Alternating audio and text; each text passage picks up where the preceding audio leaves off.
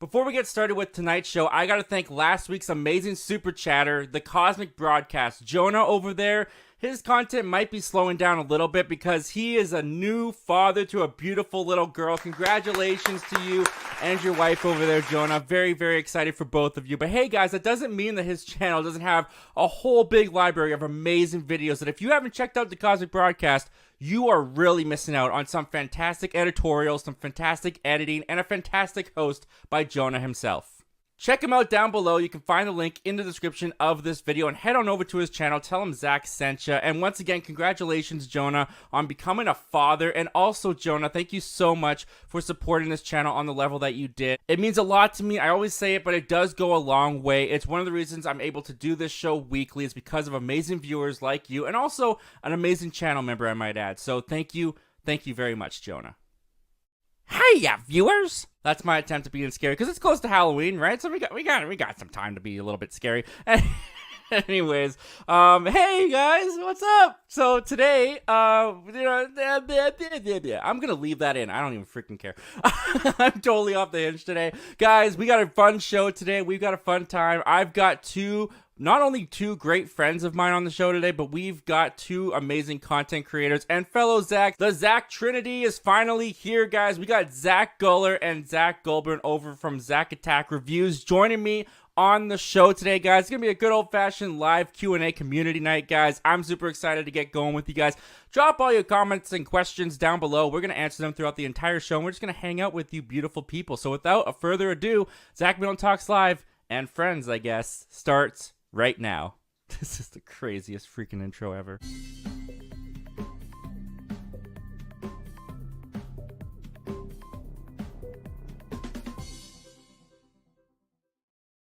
It is one of those nights, guys. It is one of those nights, but it's going to be a fun one. It's going to be great because Zach Milne Talks Live is here and you guys are here and it's going to be awesome. Now, we got no topics tonight, as mentioned before, so it is just going to be a complete hangout with you guys talking about movies, TV, talking about YouTube. If you guys want to talk about YouTube, maybe get some, I don't know, advice. If you want advice from me, if I'm suitable for that, I don't know. Just a quick reminder, guys, as you saw at the beginning of the channel, if you want to get like a special shout out for your YouTube channel, you want to get a community post made for the link to your channel, we do have a super chat guide because when you guys help out this channel, I want to help out your channel. So for $1.99, you get a community post made immediately after the show, link to your channel. For $2.99, you get the community post as well as a link in the description of this video for your channel. And for $4.99 or more, you get a community post, the link in the description of this video as well as next episode's video, and a special video shout out of your channel like you saw for Jonah at the start of the show. But as always, guys, it's not required to get your comment and question answered. We just want to talk with you. Just throw something in there. And yeah, I do mean we, because we got some amazing people here with me tonight. We got Zach Guller. What's up, Zach? We've got Zach Attack Reviews. Hey, dropping the S. Zach, dropping S. Dropping the S. As MTM says, not where you think it is. That's right. Yeah, it's like, you know, two Zachy for you. That sounds like a boy band name. Somebody said that on Twitter earlier. I saw Cody from the Brock Upside. It was Cody. It was Cody. That's who it was. I was like, yep. I loved it. Yep. So for you. Here we go. Before we get started, Zach Attack. Say my name. Zach Milne. Yeah, there you go. There you go. What is this? Your sixth time on the show? You got it. Maybe more. Every time you say my name on your live stream, it's like Zach Milne, Zach Milne, and I'm like, you've been here. Zach Milne, the science guy. I can just step out while you two settle this because it sounds like you kind of have some differences, but no beef tonight. no, I know. Heisenberg, I like that. Oh yeah, I'm watching Breaking Bad. I'm watching it right now. I hunkered down on Sunday all day Sunday, and I like cranked out season 4. I have 3 episodes left actually. I just finished the 12th episode of season 5, so dude. I'm just about done, man. And I'm loving it. Third to last episode and the finale, I think, are the best episodes. So I think you're in for a good ride. Man, dude, Sunday. That's high. That's a high bar because there's been some amazing episodes. I gotta Before we start talking more about Breaking Bad, I just gotta acknowledge this real quick. Movie Time Minute DJ, not only an amazing channel member, but also sending in $4.99 super chat 8 hours before the stream even started. Doing this 8 hours early in case something happens and I miss you tonight. Gotta show support since I missed last week. Keep up the great work. Well, first of all, DJ, the fact that you feel like you have to make up for last week, you do not have to feel like that, man. It's totally, anytime that you send that in is amazing and totally not needed, but so appreciated, man. So thank you so much, and I hope that you're here tonight. You got a couple more chats in here, so we'll keep going through. We got 80s Kid from the 90s is in here. What's going on, man? Thanks for joining us. Kids. Hi, Zach and Zach. I don't think I'll make it tonight, but I wanted to say hello. Okay, so this is a little bit earlier too. Well, hello to you too, man. Movie Time Minute, a triple threat of Zach and Zach's. Yeah, I had trouble finding out how to do our names because we have 2 H's and 1 K. Yeah, and mine and Goldborn's last names both start with G too. So I noticed that when I spelled it out. Yeah, I was like Guller and Goldborn. That works out really well. Yes. Yep, there you go. Sounds amazing. No similarities. DJ is asking us, what is each of your main goals that you hope to get out of your YouTube journey? Wow. Look at that, getting deep already. Thanks, DJ. Yeah. Dang, man. You know, I mean, the whole goal with me starting my channel during the pandemic, I feel like was just like, I'm a theater geek, so I feel like I needed like some sense of like creativity while I was holed up in my house. And I was talking a big game about doing a YouTube channel for the longest time anyway. So it was like, it's now or never, you know? And like, honestly, it's a huge dream of mine to actually do this, be able to do this full time, but it's honestly, it's so rewarding just to be able to talk to all you lovely people out there about just movies, all things entertainment. Like, for all my wrestling geeks out there, there's a great podcast on my channel as well. So it's been a fun ride over these 3-4 years I've been doing this, and I have no plans of stopping anytime soon. So, and yeah, you've got quite the library. Oh, and I just want to shout that out real quick for your channel. If you guys have ever seen a movie, he's reviewed it. So you can over there. That's not true. You can watch it. That's not true. Any single movie. Any movie at all.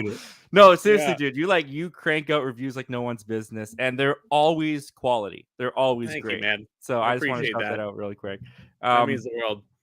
Yeah, and Zach, you're okay too. You're doing pretty decent over there. Like the tone of voice, I was like, I know which Zach he's talking to. You sure you don't want me to step out of the room for a second? Look, this has been coming up every time Zach gets to my live stream. He's attacking me, and I'm the attacker. It's in my name. I don't appreciate it. I think that's what's kind of fun about it. No, I'll praise you later, man. But your YouTube journey, what quite like you guys, I want to do this full time. I've been like Zach G, the other Zach G. I've been talking about doing a YouTube channel for a while. I had one with like my friends, and then I went solo, and I was like, I love this. This is the first thing that I've done in my life that I'm actually passionate about. And I have like a bachelor's degree, and I was not passionate about what I got that in. So it's like, I got to do this full time. I'm going to do it 9 to 5 every day and make this something that I do all the time. Go to film festivals. Like, that's the type of thing. I want to become a movie critic. Nice, man. Heck I mean, yeah. I think that's kind of a desire for a lot of us, right? I definitely think of full time. I definitely think of like, realistically, it kind of scares me. Just because of working for yourself. At the stage of my life that I'm at right now, I'm not ready for that. I can already tell. Like, I would need to work on my organization, my time management is. I mean, if you've watched the show, you know it starts kind of late before it actually is supposed to start. So my time management could be better, and I feel like if I had like nothing but YouTube to do, that would be a real tricky thing for me to adjust to, as the time management part, and also just like thinking of something to do every day, and the stress of like hoping it keeps getting views and the brand deals keep coming. Like, there's a lot of stress that I think about when I think about going full time, but definitely like something that would be amazing. I think right now my big passion that I've kind of discovered for goals for the channel is like bringing people up with me. I like I'm not saying that I'm like a big channel or anything. I'm not saying that I'm not trying to be that guy, you know, like I'm still growing, I'm still small, That's a good like all thing. of us are. Yeah, absolutely, man. It keeps it contained, it keeps it fun, it keeps it as a hobby, and I'm not getting burnt out, and I'm having fun with every video and every live stream that I do, and I love that. And I just want to be, because I remember what it was like to start, you know, like I remember the fear of posting the first video, and you know, we all know that fear, and we all know we look back at our first videos, and I'm sure we all cringe, and I cringe at Oh, my it's whole first terrible. 2 years. Yeah. Yeah. I Good cringe at my Lord. whole like first 2 years of doing YouTube, but I want to be a channel where if someone has like, I don't know, if I have like 30, 50,000 subscribers, I want to be the person still who finds the guy who's at like 200 who really likes his stuff and brings him onto the channel to give him the exposure that I think he deserves. You know, like that's what I've actually found that I'm really passionate about with YouTube in this community. So I want to keep doing that, and hopefully I can do that on a larger scale one day. Elevating everybody else around you. Yeah, Yeah, because it's hard, man. Love It's that. especially when you start, man. You feel like no one's watching you. Talking to an empty void for like 6 months. Just talking into a vacuum. Yeah. Yeah. We've all had those feelings. Absolutely. DJ goes on to ask, how does Zach Attack Reviews with one S but not where you think feel about forever being entwined with the Movie Time Minute weirdo? After that comment, I'm not too sure I like it. No, I'm joking. I love MTM. I want to be forever entwined with you, even though that sounds dirty, and I'm in Brooklyn. I think so Zach and I should leave the pause. room now. That's kind Getting of a little disgusting. intimate. You know, let me stop. No, I He's appreciate sick. it, man. Anything could happen. He's not in his right mind. I have a cold. I have 2 hours of sleep. I am going to go crazy on this stream. No, but yeah, man, dude, I can't wait. Love you, DJ. Well, I just wanted to say again, man, I appreciate you being here. I know that it was kind of last minute for you, and I know that it's late where you are, and like you mentioned, you're sick, so I appreciate you it. messaged me at the right time. I was having a hard time at work, and you were like, "Hey, you want to be on?" I was like, "Oh, thank God, something I could look forward to at the end of the day." Oh, Just clocking out. Go. Oh, I'm glad I could be that for you. Movie Time Minute says everyone like and subscribe. Well, thank you very much, man. I appreciate that. Woohoo! He goes on to say, "Wow, thank you so much, DJ, for all these chats before the show started." He goes on to you're say, the man. Just sub to Zach Guller. Watch your Scream 2 review. Been a while since I've seen it. You brought back some nostalgia with that one. Keep up the great work. That's awesome. Yeah, no, that was a fun video to make, and I don't remember Scream 2 being as great as it was, but hell, it's actually kind of underrated in the franchise. So I was glad that I could elevate that back into the limelight. And thank you again, DJ, for the love here. And I can't wait to keep talking movies with you over on my channel. It's gonna be fun. Yeah, check out Scream 3, Scream 4. He's got Scream 5. He's got Scream 6. Keep going. He's got all of them. Halloween specials only for Scream movies from now on, unless it's a new one. So we'll see. Yeah. How are we feeling about Scream 7? You guys excited? There's a Scream 7? I think so. Yeah. I've been seeing stuff on Twitter about it. New writing team. Because the writing team on the last two are going to do their own original thing. And it's going to be set during Christmas. So okay. All right. I mean, it's probably I didn't read that part. It's set during Christmas? Yeah. Well, that's it's rumor mill, so you never know. It might not be right. But I think that's a great idea. I think changing it to New York was a great idea. And I think if they're gonna keep doing it, changing the setting once in a while would be good. Hey, I'm down for it. I just hope the writing team is good. So I can already see the poster. Ghostface is coming to town. I can already see that on the poster. Hire this man. Honestly, Paramount. Well, it's still more of a Christmas movie than Die Hard, but anyway. Oh man, gonna open that can of worms. Oh boy, that'll be fun. Damn right I am. Lance Jackson, the movie fan. Well, welcome, Lance. Thanks for joining us, man. What's up, Zach and everyone? I'm just watching Get On Up, and then I might watch Bend It Like Beckham and Shrek. Probably Hocus. But wow, you got a full-on movie marathon that going is a tonight, right? hodgepodge right there. That's like when I think of 4 movies that I want to watch in a marathon, that's probably the last bit of list that I would put together for a marathon. But That is yeah, a roller coaster ride. Of this list, I've seen Shrek. dude, not Get On Up. I haven't seen Get On. I Oh. think I have Get On Up, and I have 42. I was trying to get the rest of Chadwick Boseman's filmography because I want to watch all Dude. his stuff. I've only ever seen the Black Panther films. It's fantastic. I think it's on Max right now. So if you have that, if you're Probably. subscribed to that, yeah, check it out. Not at the moment. I'm going to subscribe to that when Penguin comes out, but at the moment it's too expensive for me to Fair enough. justify having it. Fair Yeah, I've enough. seen Shrek and Hocus Pocus. Yeah, I've never seen Hocus Pocus.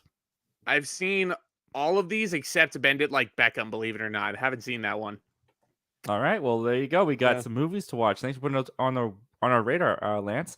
Daily Reacts TV, what's going on, man? Thanks for joining us tonight. Actually caught me at the right time. I was just getting something done, or I have a video will be done for the second week of November called Spider Week, where it's a whole week dedicated to Spider-Man. Nice, man. I'll be there. Definitely. The second week of November, I will be there for those. That is always a great marathon to do, for sure. Yeah, I want to check that out. Have any of you guys played the new Spider-Man 2 game? That's all the rave right now. No, because I don't have a PS5 and I need to get one. I need to upgrade because they're becoming less and less scarce now with, COVID going downhill. So it's, yeah, we'll see. Yeah, no, I don't have. I have a PlayStation 3. That's the newest system that I own. So I don't have. I don't play video games. 2 generations back. I really don't play video games at all. But I've been hearing good things about the game. So yeah. I have a PS5, but the problem is that I just don't have time. Like I have so many old games that I've bought that I haven't played yet. I'm like, I'm not gonna buy another one just so it can collect dust. That's the thing, right? Is the time. Like it just takes up. There's not enough time in the day. That's what I always say. There's just not enough time in the day. Kenny Sparks is in here. What's going on, Ken? Thanks for joining us tonight. Yeah. It should be dope. Oh yeah, it's gonna be dope. Okay, LA Knight. The multiverse of Zachness. Yes. Make sure to like the stream and subscribe to these 3 gentlemen. Well, thank you very much, Ken. Appreciate Dude, that's so nice of you. Luke Ponto, what's going on, Luke? Zach, and Zach, what's up, my dudes? Thanks for what's joining up, dummy? Yeah. Hey, man, congrats on 500 subscribers. He did his live stream celebrating 500 subscribers. I wasn't around at the time to jump on. I was kind of sad, but I watched a little bit. I gave you a comment in there, and yeah, very proud of you, man. That's very awesome. So congratulations. Yes. Good job, buddy. Only upwards from here. He was on my stream yesterday. It was a real fun time. Yeah, he asked me to get off. so I did, Luke. You lost a viewer. I hope you're happy. Jeez. I was being a little brat anyways, so I deserved it. Sully's Trees, what's going on, Sully? Whoa, is this a crossover episode? Oh yeah. You're not seeing double, Sully. You're seeing triple. You're seeing triple. Oh yeah. That's crossover since that game. Mm-hmm. Hey, Movie Time Minutes back. This is gonna be cray. Do kids still say that? I said that in middle school. I doubt they still say that. I don't think so. I think I say I was it unironically? That's how you say it? You say it unironically? Yes. Have you ever heard that phrase before in your life, Zach? I'm very confused. I've heard it, but I'm just like bewildered that people still say it. So yeah, I doubt it. I think you're alone in that, DJ. Schofield Studios, what's going on, man? It's been a little bit since you've been in here. It's good to have you back. Hello, Zach, and Zach. What's your thoughts on Sergio Leone's movies like The Good, the Bad, and the Ugly, Once Upon a Time in the West, A Fistful of Dollars, etc.? I've seen A Fistful of Dollars, and I've seen The Good, the Bad, and the Ugly. And of the two, I really only liked The Good, the Bad, and the Ugly. I didn't really get into A Fistful of Dollars. Are you guys into Westerns? What are you guys' thoughts on those? Dude. I'll let Goldborn go first. As many know, I haven't seen a lot of movies. And yeah, never seen any of these, unfortunately. When it comes to Westerns, I don't hate them, but they're not my go-to. Dude, I love me a good Western, man. Like I just love that whole vibe that it gives you. It's so transportive. It's unlike anything you'll see like in any other flick. Like you look at something like a Django Unchained and you know exactly where you are. I will say I love that one. I love that movie. in terms of this list right here, Good, the Bad, and the Ugly is a masterpiece. I will tell you that much. Mm. So, Yeah, it's been enough time. mhm. We've had enough time to determine it's a masterpiece. Yeah, it's been 60 years. So yeah, it is a masterpiece. Yeah, I think that's definitely. fair. People have seen it enough to where they can actually call it a masterpiece and it feels warranted. So Actually, I have a question for you, Zach, that I wanted to ask you. I was thinking about it today, so I'm glad I just remembered. Do you sure. have a difference between what is considered a classic and what's considered a masterpiece? So I mean, if you want to call something an instant classic, if it just came out, sure. Yeah, that's fine. But to me, it almost feels like if you call a movie like Killers of the Flower Moon a masterpiece, then that means it belongs a ticket through the fast lane onto the AFI Top 100. You can't do that. You can't say, like, after one viewing, that Killers of the Flower Moon is better than Forrest Gump, Shawshank Redemption, like, I don't know, Taxi Driver, Raging Bull. If you want to get into Scorsese, I don't think it's better than a lot of Scorsese's movies, if I'm being honest. Like, if I'm really, really, really thinking about it. But a masterpiece is a work of art, literally speaking. Like, you have to study that shit for like years and years and years before like it feels warranted to call it a masterpiece. That's a title that should feel earned. You know what I mean? Like it can't just like you can't just look at it one time and be like, oh yeah, that was like the best thing I've ever seen in my life. There's no chance. There's absolutely no chance. But That's you know. fair. So the reason I ask is, for those that don't know, is Zach Guller is very adamant that you do not call something a masterpiece after you've just seen it. He's very passionate about that, and That's I right. agree with him for the most part. But couldn't you also, just playing devil's advocate on this conversation really quickly, couldn't you also say the same thing for classic? Of like, that's also kind of given something. Yeah, I mean, like if you call a movie a classic and a masterpiece, those can be pretty interchangeable. Like if you like, let's see, what's a good example? Casablanca, which I reviewed not too long ago. That came out like freaking 90 years ago, and that's a classic. You know, it's an American classic, and it's also a masterpiece. So those terms can be interchangeable. But, you know, if people want to use like regular layman's like street terms, like, oh yeah, instant classic. Shout out to my buddy Ryan when he did that, like all the time on the Suit Up Geeks channel. Instant classic. He always did that. You can call a movie an instant classic. That's fine, you know. But masterpiece, that means it's a work of art. You got to study that more and more and more before you can call it that. So that's just me. No, that's fair. How about you, Goldberg? What do you think? It feels weird calling you Goldberg. No. Zach attacks. Yeah, I'm just Zach gonna call you Zach attacks. I was like, did people even know my real last name? That's right. I don't have as much as a problem with it, only because I've been watching a lot of these masterpieces and classics for my throwback series, and I'm like, you know, this modern movie is better than this, so this is a masterpiece. Like everybody says this is one, but I watched this movie and it's more modern and I think it's much better. So this must be a masterpiece, right? If that's a masterpiece, because do you dare give an example? You trying to get me in trouble. I'm trying to think. What is something that I watched? You're like Blue Velvet. Raiders of the Lost Ark, but Dial of Destiny. I mean, yeah, no, that's a good example. No, absolutely not. No, the first two Indiana Jones films are lower on my list of all the Indiana Jones films. Yeah, I mean, I actually like the other ones. The third one's my favorite, and then what was it? It's 5 of them now. Yeah, there's 5. Yeah, so 4 and 5, and then it's like 2 and 1. Like so, everybody. It just depends on what you like and what you're with the modern aesthetic. Like I didn't mind 5 as much as a lot of people did. It's not a masterpiece. I didn't either. Nowhere close. But I didn't either. Yeah, I actually when I watched the first one, I was like, "Oh, this is cool." But when I watched the 5th one, I was like, "Oh, it got me choked up a little bit. He's so old and frail." It did. Harrison Ford's 81 years old, man. That's crazy. But I'm so glad that you said Last Crusade was your favorite, just because there's not enough love given to that movie, just because everybody hounds all that praise on Raiders. But Yeah. yeah, Last Crusade is my personal favorite. Also, mainly because Sean Connery's in it too. So And he's so good with Harrison Ford. That yes, chemistry was Mhm. I will say, giving you some praise now, Zach Attacks, is I love that you have that perspective though. Like I love that you come at these, like you've kind of found your niche with your channel with these movies, because there's a lot that you haven't seen. So you've really made that kind of like your thing, is watching these movies from a fresh perspective in like 2023.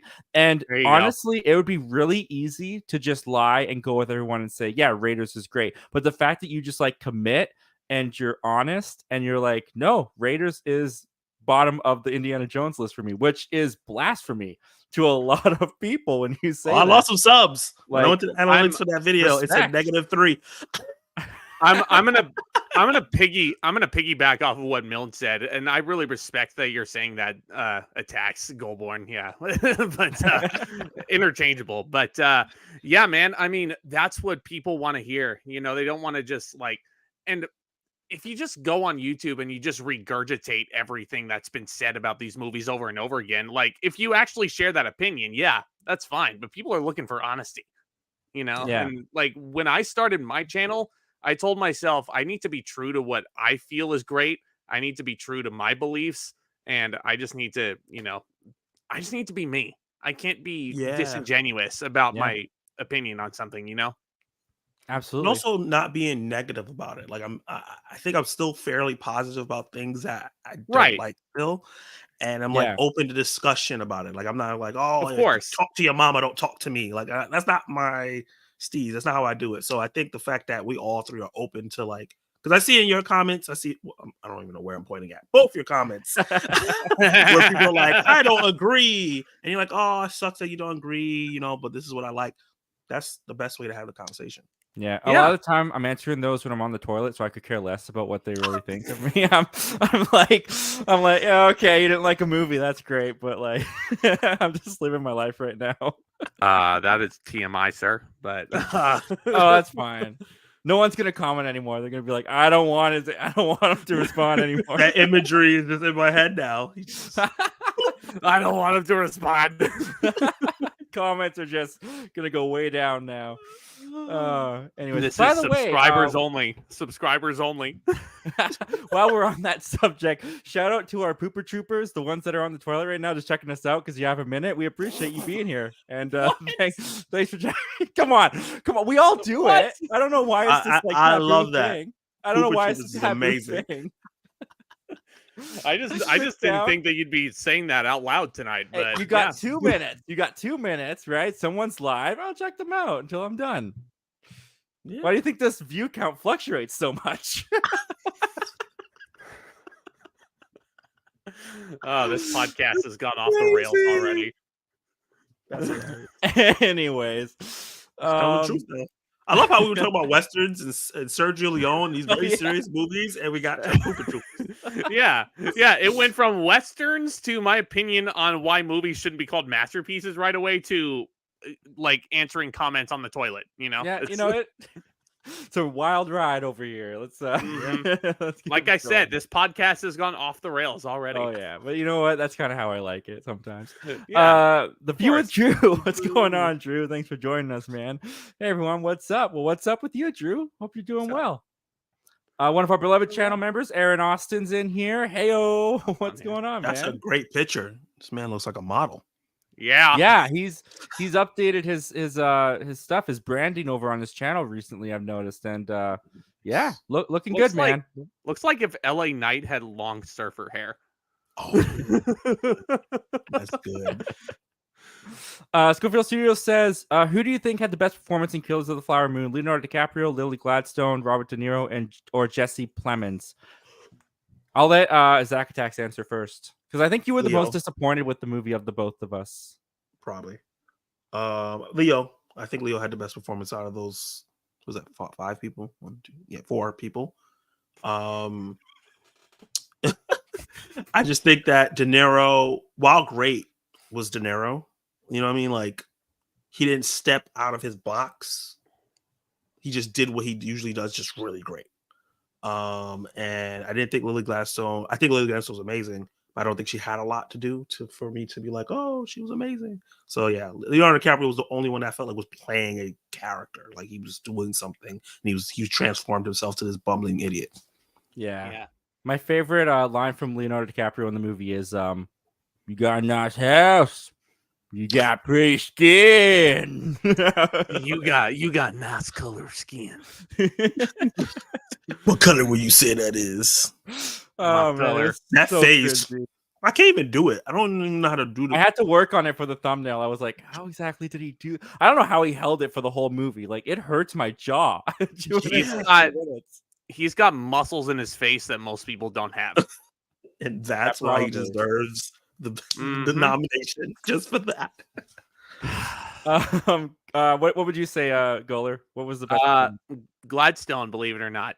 Mhm. And I'll tell you I'm why. with you on that. So Leo was absolutely electric, and I totally agree with what Attacks was saying. Like, the thing is, you expect that from Leo at this point in his career. De Niro was a despicable piece of shit in that movie too, and I loved watching him. He was so villainous. Jesse Plemons, I love him. There wasn't enough of him in the movie to justify saying that that's his best performance. Yeah. He doesn't pop up until like halfway through, if I'm being generous. Like maybe he's only in the last third with Brendan Fraser and John Lithgow. I think it's Yeah. third act. Yeah. Yeah. So Gladstone, the fact that she came in as a relative unknown with two acting giants like DiCaprio and De Niro, and the fact that she's holding her own with those guys, she was the most impressive to me. And she's also, it's the subtlety in her performance as well that she Very plays, because good. she has a lot of emotional weight of the movie to carry. And she was a very sympathetic character, and she was great. God, I wish the movie was about her. I really wish it was about her. Yeah. Or at least an hour of it. It was 3.5 hours. They could have gave me an hour about her. Yeah. Okay. What did you think of the runtime, guys? What did you think of the runtime? Was it warranted? I'm very curious to hear other people's opinions on this. Cut out a half an hour, and I think it's fine. Agreed. I agree with that. If the movie focused on more perspectives from all these different characters that we had, the runtime was super justified. But with what we got, I maybe could cut out 45. Fair enough. 45, all right. Yeah. Because it was just it was this one's perspective. If we got a little bit more of Brendan, if we got a little bit more of Lily Gladstone, if we got that Native American FBI agent. Yeah. Give me more. He was so interesting, and it was just like, yeah, I'm just gonna do generic stuff. I was like, come on. I feel like if like these big time directors come in and they do a new movie, we should expect a longer runtime. Because Oppenheimer was my favorite movie of the year so far. 3 hours. And didn't feel like I said that in my review. My second and my third favorite movies this year are both 3 hours. Yeah. So it's not the runtime for me. It's how you use it. Yeah, no, that's totally fair. What did you guys think of Brendan Fraser in the movie? Because there's controversy apparently about that online. I'm not going to lie. I laughed at a lot of his line delivery. Oh, me too. Me too. You dumb boy. Yeah. You dumb boy. Yeah, I laughed out loud at that. I actually liked it. Because I felt like I heard stuff before I went into the movie that how like he was terrible. So I was like, oh, here we go. And then when I watched it, I was like, I didn't mind it because I felt like everyone was so like calm throughout the film, despite all the atrocities. So it was like a fresh air, like in that third act for him to be so animated. And he looked very menacing during that scene. Oh, totally. I didn't realize he was so big. I was like, damn. Yeah. And the way they shot him too, they made him look really big. I can see what you're saying, but I think for me, I would have classified it more as he felt like he was in a completely different movie. I can see that. That's how he felt to me. Now, I don't know for sure, but did Brendan Fraser actually gain weight for The Whale last year? I know there was definitely prosthetics, but I don't know. He had a fat suit mostly. Okay, yeah, because I mean, it almost seems like, I mean, if he's that big in Killers, like that may be a reason why, and he's on the journey of losing weight. I don't know for sure. I'm just speculating, but that could be why he's so big right now. just started, and he's not that big in the show. No. So I don't know. I Too don't bad know we'll where never get to know him Batgirl. That would have answered all the questions. You know what? the Yeah, you're right. the little shots of them they had. He was pretty big. Mhm. Yeah, The interesting. set photos. Yeah, I'm not sure. DJ's back. Movie Time Minute. You boys are looking great tonight. Well, thank you, man. Glad you're doing this. I should be sleeping, but I'm not. Well, yeah, man, stay up with us. You can't go to sleep before Zach does. He's the one who's sick, and Might as well. that's our goal, is to keep Zach on for as long as it takes for him to fall asleep on camera. And then I'm just gonna leave the stream on all night. And he should have did that to me. We were doing that thing on his channel where he was talking about our journeys, and this is not because DJ's boring or anything, but for some reason at that point the sickness hit me real hard, and I was nodding. Yeah, I saw you. I watched that was a like, little bit. I saw you. I didn't even realize it was happening. yikes. Yeah, it was great. Hardcore Reviews is in here. What's going on, man? Zach Milne, the science guy. Oh, okay, that works actually. That works. Substitute movie in for science, and it's completely accurate. There you go, Zach Milne, the movie guy. There you go. Movies rule. I'm gonna make an intro now, and that's what it's gonna be. Oh my god! Gonna be Everybody's just like, science click guy. off. Bro, you better hope they don't ping you for copyrights. You just gotta change the tune a little bit, right? Yeah. Schofield Studios. Have you ever attended a film festival? Nope. Nope. I want to though. One of these days. One of these days. I got sent the tickets. Well, not sent tickets, but I got sent the link to get like tickets to the New York one.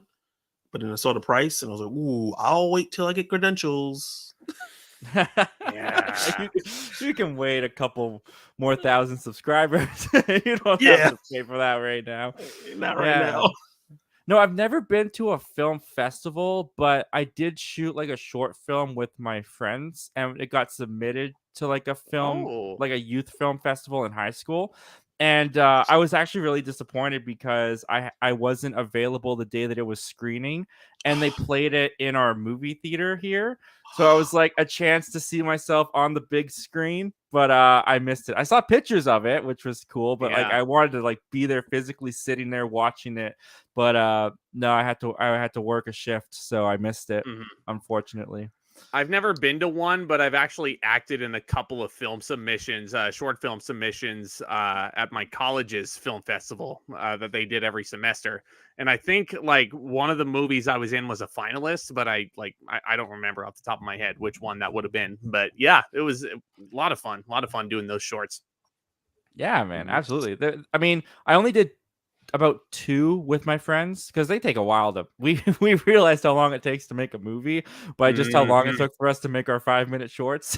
Yeah. But we did win an award. We won the youth award, so I got paid for that. I got we split it, and I think I got like $50 from it. So heck yeah, that was pretty cool, especially as a teenager.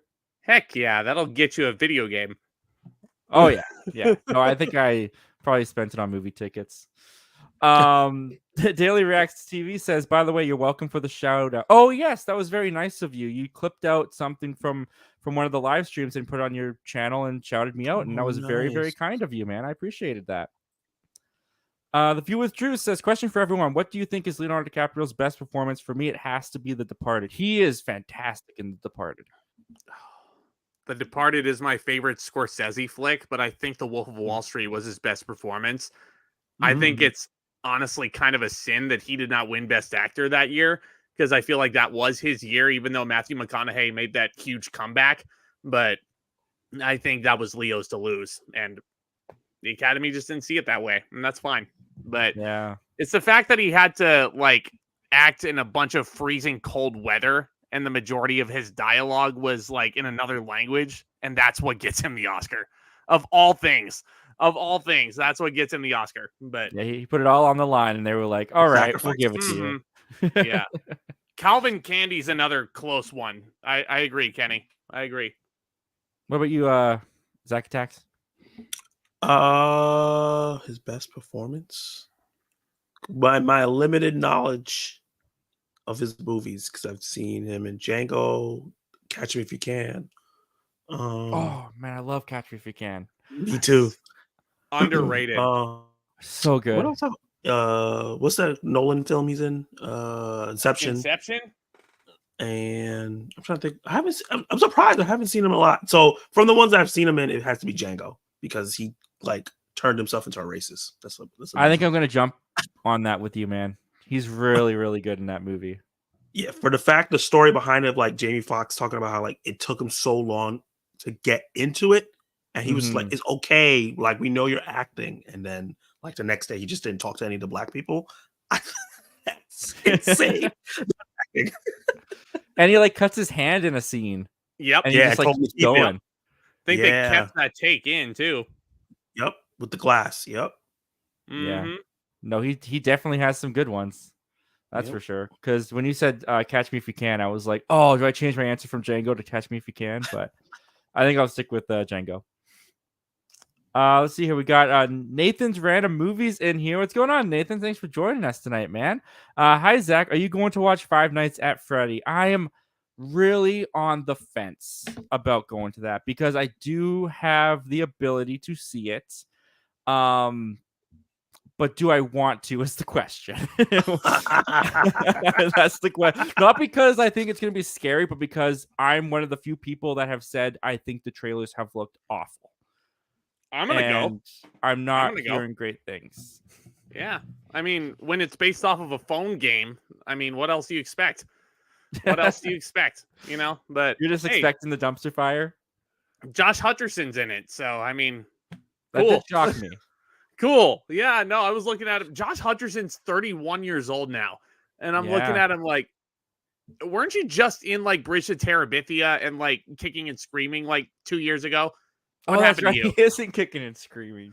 Yeah, he plays Robert Duvall's son and Will Ferrell's little brother. Like crazy. Yeah, he does look younger than 30. Well, he disappeared for a while, didn't he? I feel like after the Hunger Games movies, I haven't really seen him anywhere. He had a TV show on Hulu for like 4 seasons.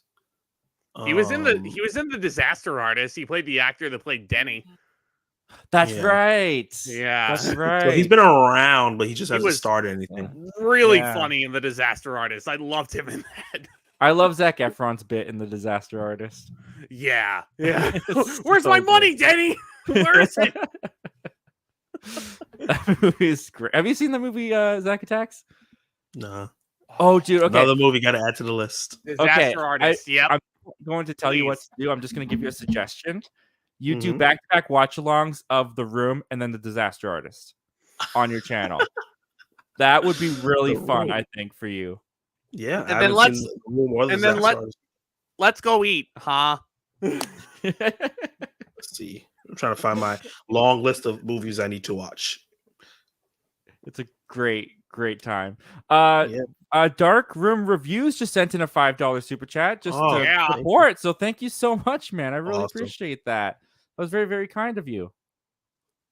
He's the man. He is the man. He's a living legend and a half. Yes, he is. Let's see here. We got DJ in here again saying, you truly are the best, Zach. So are you, Zach, and you, Zach. LOL, but really, Zach M. What you do for small creators like myself and others is admirable. Oh, well, thank you so much, man, for saying that. Honestly, that means a lot. That is legit a passion and something that I really enjoy about YouTube that I'm kind of been able to do with this small community, but great community that we've got here. So I appreciate that a lot, man. Thank you so much. I'll say though, to give you a little bit, to give you flowers a little bit, Zach M. Even though relatively to everyone you have a small channel, the way you run it and present yourself, you feel like a big channel. Thanks, man. That's a really nice compliment, man. No problem. Just telling it how I see it. Oh man, I appreciate it. Before I cry, we should head on over. Head on over to Ken. You're on the tip? What does that mean? I'm definitely on the tip. I never want to get to the point where I feel too big to help people. On the tip. I think he means like the tip of being big. Or wait, no. I'm definitely on the tip. I never want to get to the point where I feel too big to help people. Maybe he means like he feels the same. Like he never wants to be that person who gets to the heights of YouTube and then just forgets about everybody, you know? Like yeah, I think that's what he means. And that's awesome, man. That's a really, really great way to look at it. Never gonna forget the friends that helped you get there. Never forget them. Yeah, absolutely. And that like you just don't want to burn those bridges and like cause drama and stuff. Like yeah. Absolutely. Jacob Hubbard is saying the lineup boys.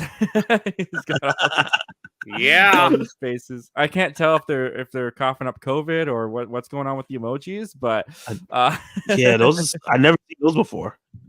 Yeah, but what the smoke? Faces. Oh no, he's just breathing heavy. It's breathing heavy. I see. Okay.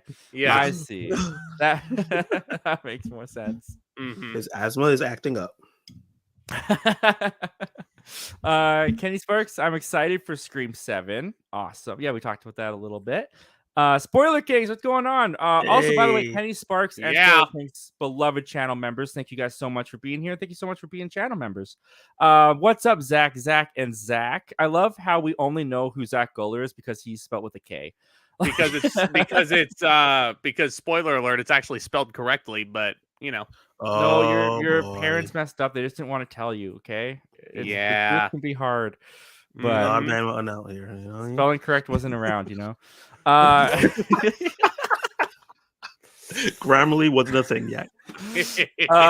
Kenny Sparks says, "What did you say about Die Hard?" Oh, we got it going now. Oh boy. Hey. I knew I was going to regret opening that can of worms earlier, but here we are. Here we are. The debate has begun. So, even though it takes place during Christmas, literally that is the only reference to Christmas throughout the movie. That is the only reference. It is a summer blockbuster action thriller. There are Christmas songs in the movie. Yeah, but there's Christmas songs in Spider-Man No Way Home, but nobody says that's a Christmas movie. Like, is Violent Night a Christmas movie? Oh, it totally is. 100%. Because Santa is a character. Santa is not a character in Die Hard. Like, but Santa... Yes. He does write ho, ho, ho on that one guy. That's just because it's a coincidence of what time it is. So... interesting. John McClane is not Santa Claus. It's not a Christmas movie. All right, Zach. Do you watch it at Christmas time? Well, I mean, honestly, at this point, you can watch Die Hard at any time of the year. Like you can watch Nightmare Before Christmas. You can watch it any time of the year. Yes, it's preferable to watch Nightmare Before Christmas probably around the last 3 months or so of the year. I just actually went to a 30th anniversary fan event at the El Cap when I was down in LA. It was such a cool experience being there with my girlfriend because that's her favorite movie of all time. It was That's really super cool. Awesome. Yeah, you know, like you can watch Nightmare Before Christmas any time of the year, just like you can watch Die Hard any time of the year. It came out in July. Yes. Did it? I'm gonna fact check you on that. Of 1988. Yeah, look at it. Its release date was like right after the 4th of July. So I'm sure that you are probably right. I'm just gonna double check. Die Hard. I promise you. Okay, it was July 22nd, 1980. Okay. Wait a minute. I promise this will be worth it. Home Alone was released November 16th. Does that count as a Christmas time, or is Home Alone a Christmas movie? Home Alone is a Christmas movie because it actually was released in November when a lot of Christmas movies are released out to the general public. But when would you say the Christmas season begins? We're getting really technical here. Are we skipping Thanksgiving? Is that what's going on right now? Listen, okay. Hold on, Attacks. Hold on. Listen to me here. Right now. Okay? You should not be skipping Thanksgiving at all because all I like to say is every time I drive through my neighborhoods, this is a random rant, like just in general. Every time I'm driving around, it's November. It's like around Veterans Day weekend. And I see freaking Christmas trees already peeking through the windows. And I see people hanging up lights on their awnings. No. Eat the turkey first and then hang that shit up. Like, that's all I'm saying. Now. I'm like, Halloween didn't even hit yet. Yeah, dude, I see some stores on like TikTok that are already selling Christmas decorations. And I'm like, you can't have your Christmas display up yet. People haven't even gone out trick or treating. Like, hold the brakes on it. Pump the brakes. But yeah, there's a lot of Christmas stuff around my town too. So if I watch Home Alone in the summertime, is it a summer blockbuster? No, no, it's not, because it takes place during Christmas, and Santa Claus is technically a character. It's a fake Santa Claus, but Santa is in a scene in Home Alone. Is Iron Man 3 a Christmas movie?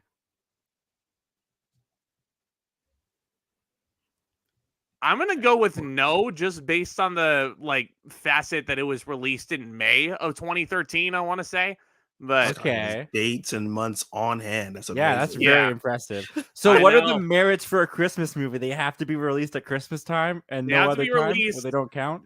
They have to be released between the months of November and December. Santa Claus has to be a character in the movie, and the fact that it's Christmas has to be integral to the plot line. That's what I got. Isn't John McClane trying to get his wife home for Christmas? Oh my god! I'm just saying, isn't he? Yeah. It's like pure coincidence that it takes place during Christmas. Like, he could get his. I don't think it's coincidence if the writers wrote it that way. He was going there for the purpose of having a nice Christmas with his family. That is in the plot. If you were in that situation at any given point of the year, wouldn't the fact that you want to get your wife home you should always want to get your wife home. It shouldn't matter that it's Christmas. Like, you should always want to, With Home Alone, you can leave your kid home alone anytime of the year, and that stuff can happen. You're killing me. Point. See, Home Alone during some summers, vacation. No snow around. They just left him for summer vacation. There's no reason why it had to be Christmas. It just happened to take place during Christmas. I'm sure there's a Tubi movie somewhere about that. I might have to clip that out. That was fun. She is like, why did I come on this stream? I hate everyone. It's Die Hard a Christmas movie. Thumbnail right there. Boom. I love it. That's probably what this. That's actually what I'm gonna call this. I think when the stream is over, I'm gonna call this Die Hard a Christmas movie. Perfect. Schofield Studios is saying, did you say Die Hard isn't a Christmas movie? That's like saying Halloween isn't a Halloween movie. That's no. I think that's a bit of an oversimplification, and it's just wrong in this case. It just happened to take place during Halloween. Yeah. Schofield, you seem like an awesome guy, but no. DJ is saying Die Hard is absolutely a Christmas movie. What is going on with you people? What do you mean, you people? No, I'm joking. I can't. Die Hard Christmas fans. Oh my goodness. Okay. People are gonna unsubscribe from me just for that opinion, but you know what? The View with Drew says Get On Up is a super underrated music biopic. Chadwick Boseman's performance as James Brown is flawless. Dude, honestly, it feels like that James Brown biopic was so ahead of its time, because it feels like we get a music person biopic every single freaking year now. Yeah. And that came out around, when did that come out? I don't know, around the same time as 42, I would guess. Super ahead of its time, I think. Yeah, 2014. Thank you. Yeah. I think the big question is it a Christmas movie though? God. What? Where did that even come from? I'm like, what month did Get On Up? Who knows when it came out, right? What?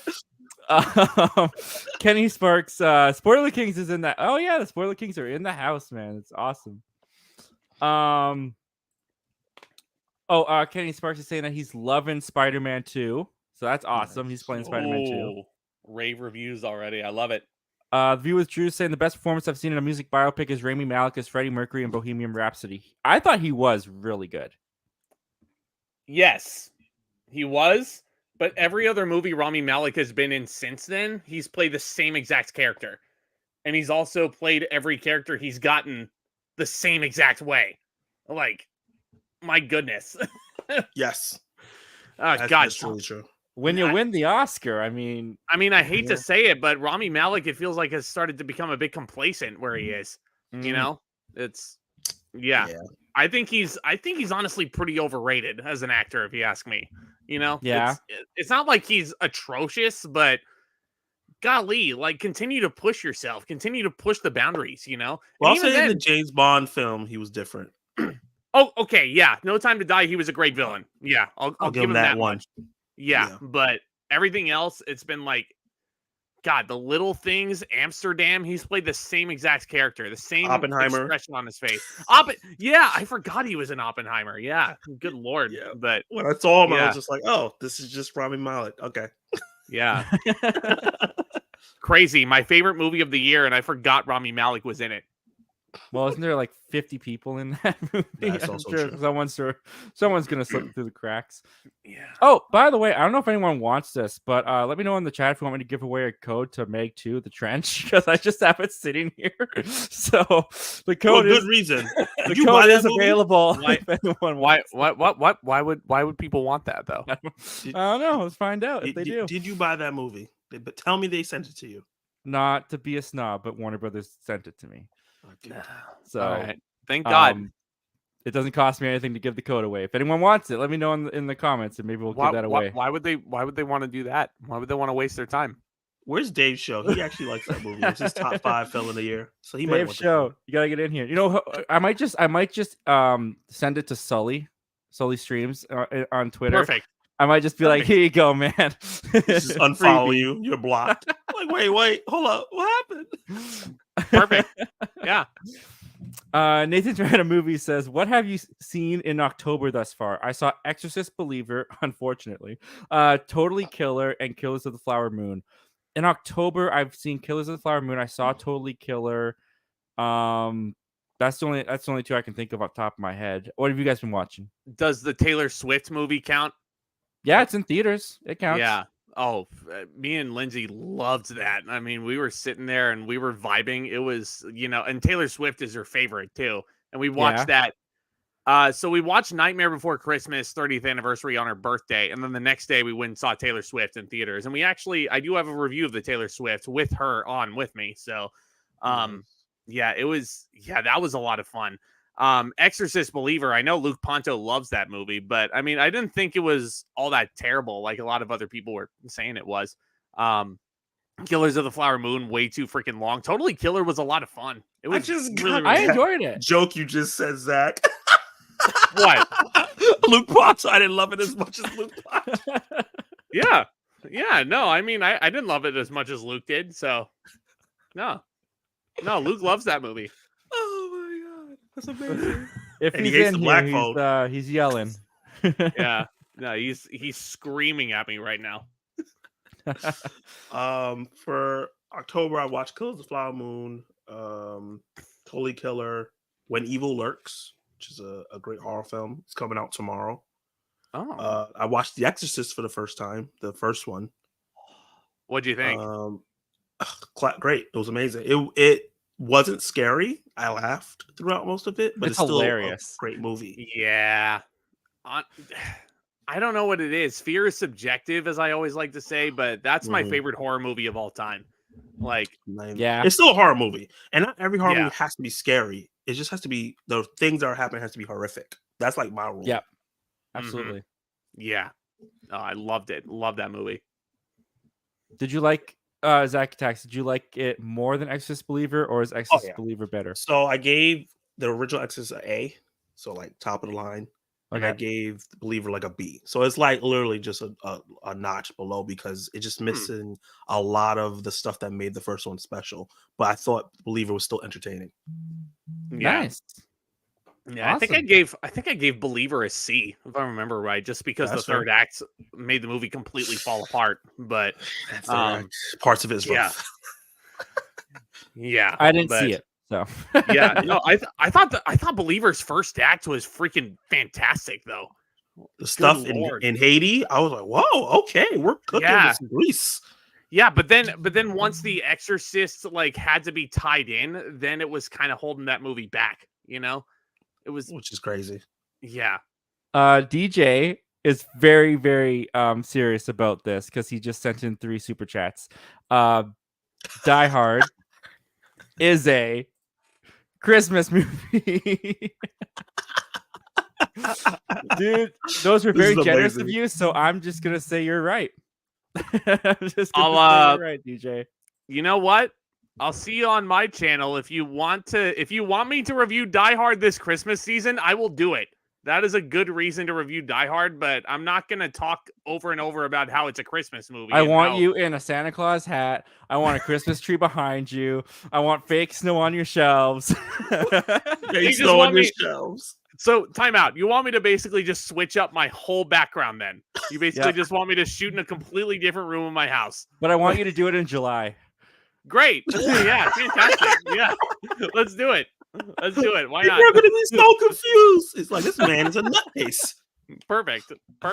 Snowflakes in the thumbnail, all of it. Thank you, Michael, by the way. Michael's the only sane one in the chat here, I guess. I'm not at Michael yet, but we'll get there. Movie Time Minute says, I don't have Spider-Man 2 because I'm too cheap to buy a PS5 right now, but I did get the new Mario Wonder, and it's fantastic. Awesome. I didn't know that there was a new Mario game coming out. I heard that game is amazing. View with Drew just shared this stream on his channel, so thank you very much for that, man. That's very appreciative. Hell yeah. Nathan Trent Movie says, what are the 2023 movies you guys have rewatched the most? I have seen Renfield and Air several times now. Wow. That's The Flash. I've seen The Flash the most. Really? Yeah, I watched it in theaters. I showed it to Cassidy, and then I watched it for a third time with a friend of mine. I've seen that the most. Mm-hmm. Go ahead, Attacks. I think Cocaine Bear would be one. Real fun time. Yeah. I watched it at home again, and I did a watch along on my channel. And then I think They Clone Tyrone I watched twice. Oh, that was really good. That was a great movie. Good. Yeah, I had so much fun. And what was the other thing? The Ninja Turtles movie. I watched that twice. Ninja Turtles. Masterpiece. Yeah. Love that movie. He's really trying to. It should be like grind Zach Colored Gears, the live stream. See, like, even though I'm getting all worked up, this is why Milne and I are friends too. Just because he knows how to he knows how to bully me, man. Why you it's pick those on me? It's those little pokes, you know? Why you do that? Why you do that to me? They're just on the so cusp of fun. being mean that they're not mean, so it's fine. So good. I thought Zach M was like this nice, sweet Christian man, and he's just a terrible, horrible human being. And then you just like get me on here after 8:00 at night, and I'm like, oh my god, great. Zach After Dark. But Nathan, to answer your question on my end, Barbie. You know, it's like I saw that.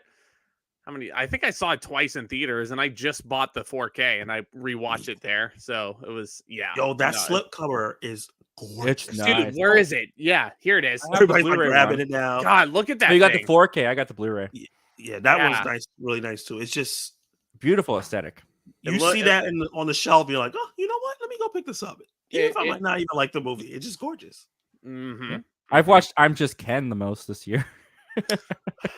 I'm just that quite a bit. Is that where else I'd be a 10? If I had to pick between the two, I would definitely say I'm Ken. I'm Just Ken is more of an Oscar winner than Peaches. Wait a minute. No. Guardians 3. Add that one. So. Oh, okay. How many times have you seen that? Oh, 3 times. 3 times already. Nice. It's one of my favorites of the year. I like it. Again, I don't want to reveal my whole top 20 list like in October right now because we still have a whole slew of movies still to go, but including the Iron Claw, which I'm gonna love. I'll tell you that much. But that trailer looks really good. I just want a good Zac Efron movie, please. Zach, the greatest bear run ever on that. I don't know if you have Apple TV. Mm-hmm. Not at the moment, but so that movie's great. I'll tell you this much, Milne, because Attacks and I are both wrestling fans. I don't think you are ready for how tragic the Iron Claw is going to be. Like, if you go in there, like the Von Erichs as a family, like it's such a sad story all the way around. At the same time, it's also kind of inspiring just to see how it kind of all pans out. And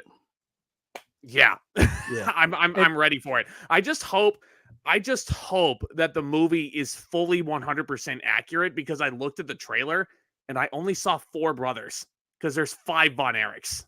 There's 5 the fifth of them. The fifth one is MJF. No, that's the fake one. That's Lance. But the four, like in real life, there were 5. Well, there were 6 Von Erichs actually, but the family portraits always had 5 of them. Mhm. But the portraits in the trailer, I'm only seeing 4. I'm not seeing Chris Von Erich in there. But we'll see. I'm concerned about that, but I'm gonna go in there with an open mind. So we'll see. They just wrote out a brother. They just wrote out 2 brothers. That's crazy. He's Bro. not interesting. Bro, Like that. honestly, it wouldn't surprise me if they did, just because of how similarly tragic like those 2 brothers like turned out to be. Like, we'll see. We'll see. Well, all I'm getting from this is that I'm going to have a real experience in the theater when I watch that. So Yeah. I'm Bring looking forward to that. Kleenex. Bring Kleenex, please. And I trust A24. Like they're the perfect people to tell this kind of story or produce this kind of stuff. Mm-hmm. I'm looking. Yeah. When does that come out? Do we know when that comes out? That's next year, right? December something. I think it's like end of the month. Yeah. Around End of the Christmas month, time. okay. All right. I'm looking forward to that. Yep. Yeah. We got Noah Kaser in here saying, "What's up, everybody? What's up, Noah? Thanks for joining us tonight.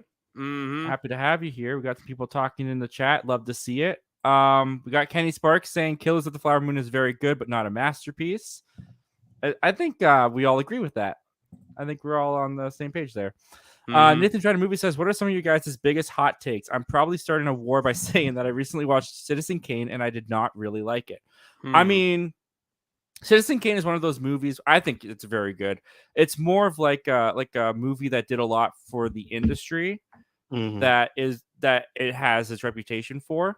Whereas I think there are some people that would watch it nowadays that would, think it's kind of lame.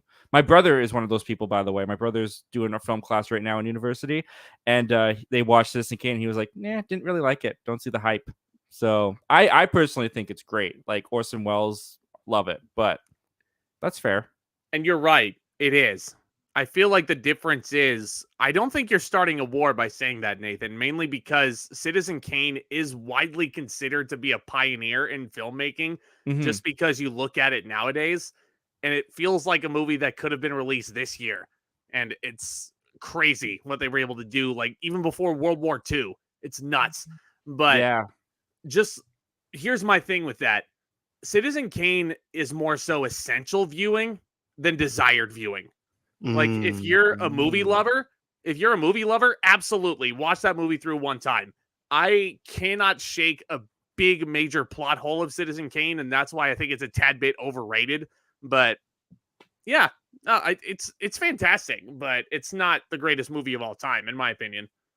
Yeah, no, I agree with that. Zach Attacks, have you seen Citizen Kane? No. No? All right.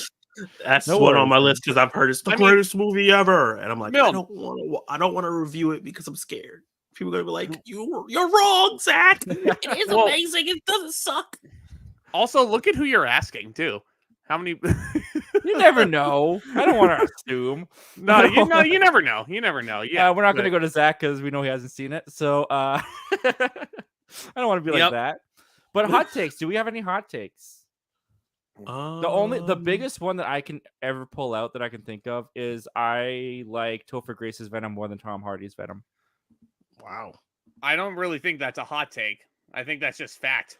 You should see some of the reactions I get from people when I say that. Well, the Tom Hardy Venom movie sucks, so I don't think that's too out of the question for you to say that.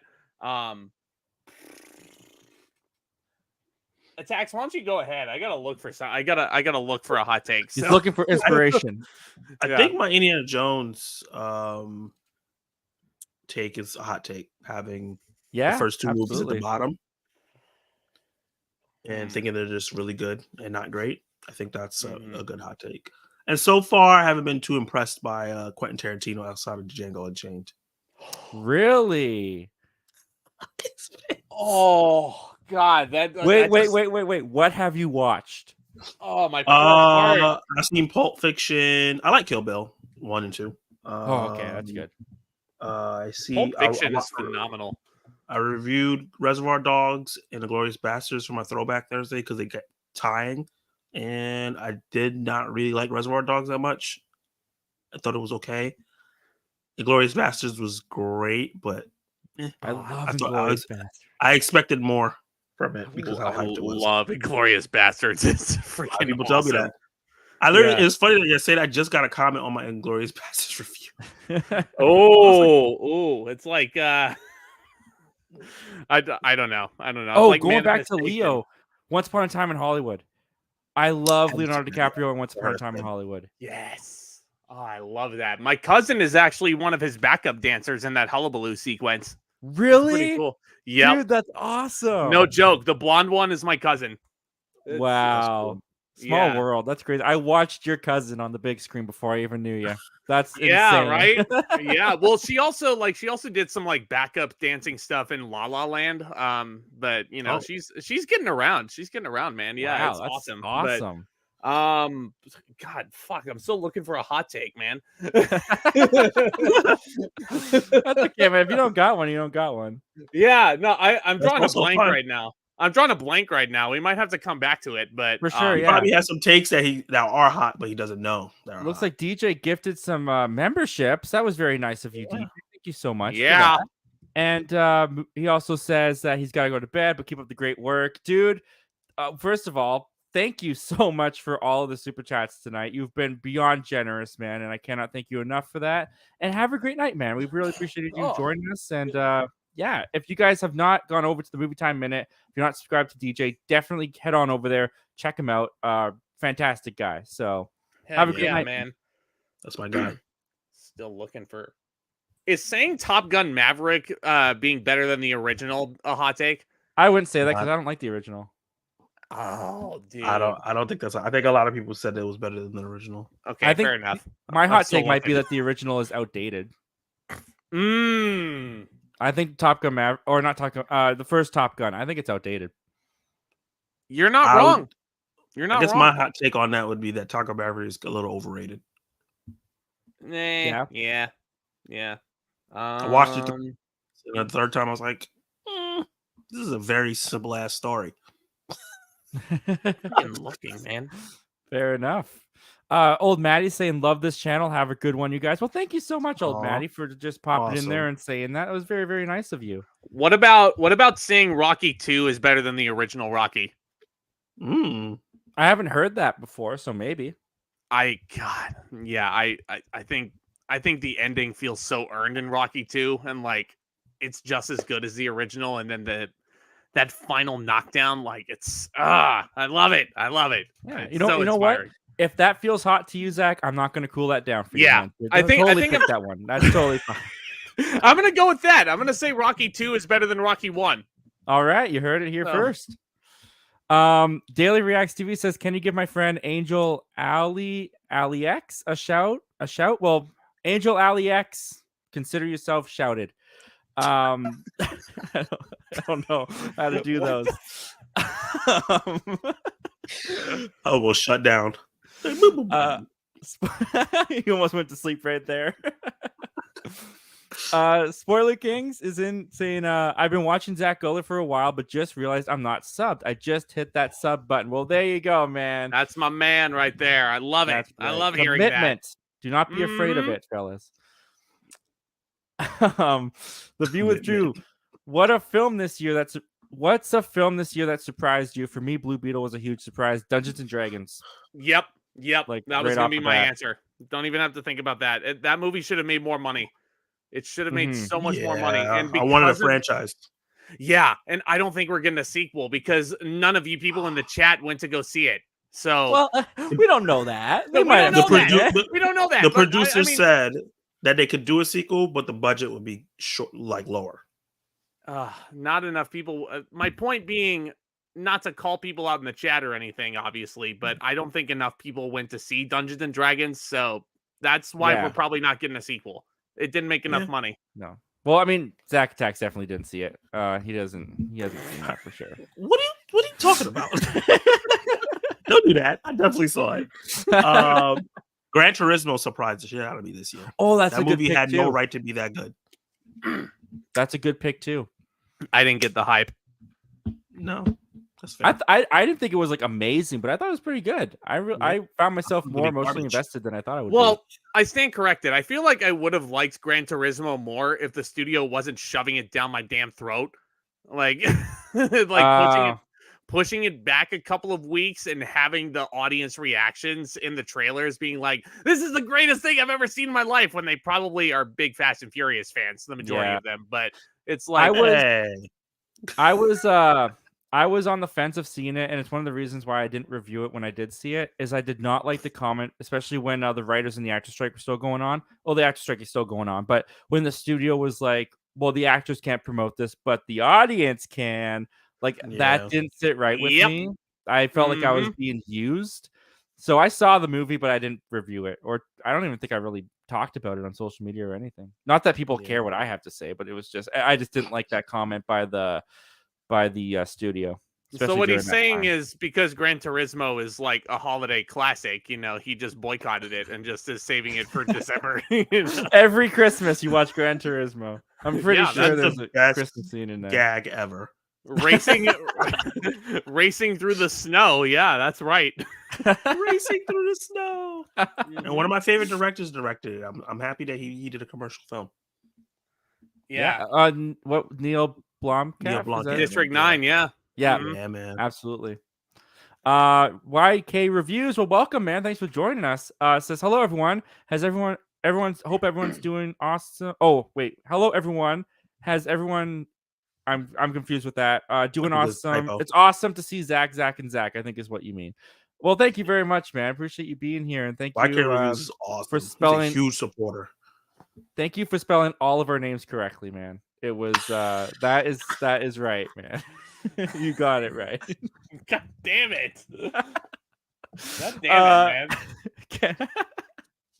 man. Kenny Sparks says, "Yeah, I'm sorry, but the Spider-Verse movies are masterpieces. I can only speak for myself. Film is subjective after all." I mean, that it's true. It is all subjective. I wouldn't go that far to say that. I could give you Across the Spider-Verse being more of a masterpiece than Into the Spider-Verse personally. I thought Into the Spider-Verse was overrated when it started getting all the hype that it's that. That's a hot take. That is a hot take, right? Is that a hot take? All right, we got one. There you go. Yeah, Into the Spider-Verse sucks. All right, so demonetize.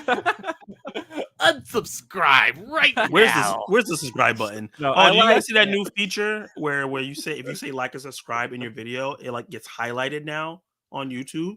Oh, really? Yeah, like the algorithm picks it up and it lights up so that people will get, and if they click on it, it goes like an explosion happens. It's like a dopamine shot. Oh, nice. Yeah. And have you heard when you say Die Hard, Jingle Bells starts playing? And this is why you sub to Zach M, because how did he think of that so fast? Oh man, that's amazing. See, and I'm just sitting in the chair here, and I'm just taking it on the chin. Yeah. Oh man, yeah. No, but yeah, no. I loved Across the Spider-Verse, but I didn't love Into the Spider-Verse. I really liked it though, but it's not number one on my Spider-Man rankings, and it's on a lot of people's number ones when I watch those Spider-Man rankings. I mean, nothing's gonna top No Way Home for me, because that gave me everything I wanted in a Spider-Man movie. But Across the Spider-Verse, damn, yeah, that got really close. I mean, I may put Spider-Man 2 above Across the Spider-Verse just for nostalgic reasons. Again, I cannot call Across the Spider-Verse a masterpiece right now because it just came out. I need to watch it. Like, I've only seen it twice. That's another one I've rewatched multiple times. But, you got to let those movies sit, and you got to really, examine them. Yeah. It's really also missing its puzzle piece. We still have to see Beyond. I mean, I know that's a debate, but I mean, I feel like this ended as a part one. You need to watch Beyond before. It does end on a cliffhanger. So, yeah, there you go. The Oberthorian Alliance from Two Perspectives. What's going on, guys? Thanks for joining us. Hi, awesome people. Hope you're all having a fantastic day. What is everyone's thoughts about Loki? I am loving season 2. Same. OB just might be my new favorite Marvel character. I'm so happy for Data. Like, he deserves the whole world. Yeah, no, I'm digging the hell out of that season. I mean, I know we're only halfway through, but I can't wait to see where it goes next. I think Yeah, it's honestly, it's kind of great to see Jonathan Majors in this, like, with he more was news really that's coming good. out. Yeah, yeah. I love how like he comes off as this weak little wimp, a lot of the time. Like he's this like there's a bounty on his head and they're like just kind of carrying him around and he's not really involved in a lot of the action, but he still carries a lot of power. Yeah. It's oh, I love it. I love it so much. Are you watching season 2, Zack Attacks? Yeah, I just watched the latest episode today. I'm not loving it, but I like it so far. I gotta see Yeah. how it ends. I think the first 2 episodes started really strong for me, and then this episode's a little too silly. Mm, After the really like darker episodes that they had with the first two, but it's not bad. So I'm yeah. enjoying my time. That's I mean, that's all that matters. they also had to tie in that Quantum Mania post credits too, so that's That's probably where true. they had to do it. Yeah. Yeah, Did Miss and it Minutes worked turn out. you on? That was so weird. So, I was like, why was this? Why did this need to be a thing? Why?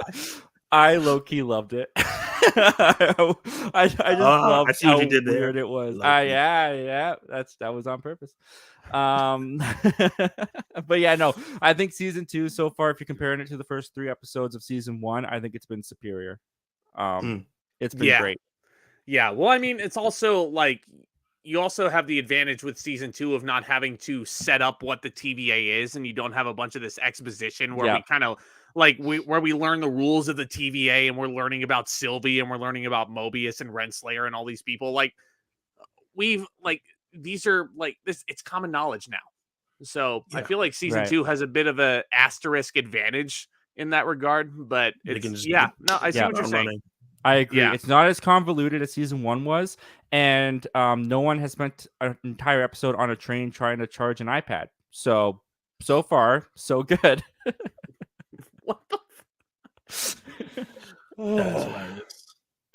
Oh man. The Overthrown Alliance from Two Perspectives goes on to say, "What's been your favorite streaming service of the year so far?" Hmm. Man. Oh, Oh, wow. first of all, I'll start with you, Zach Guller. How many streaming services do you have? Which ones do you have? I have all of them.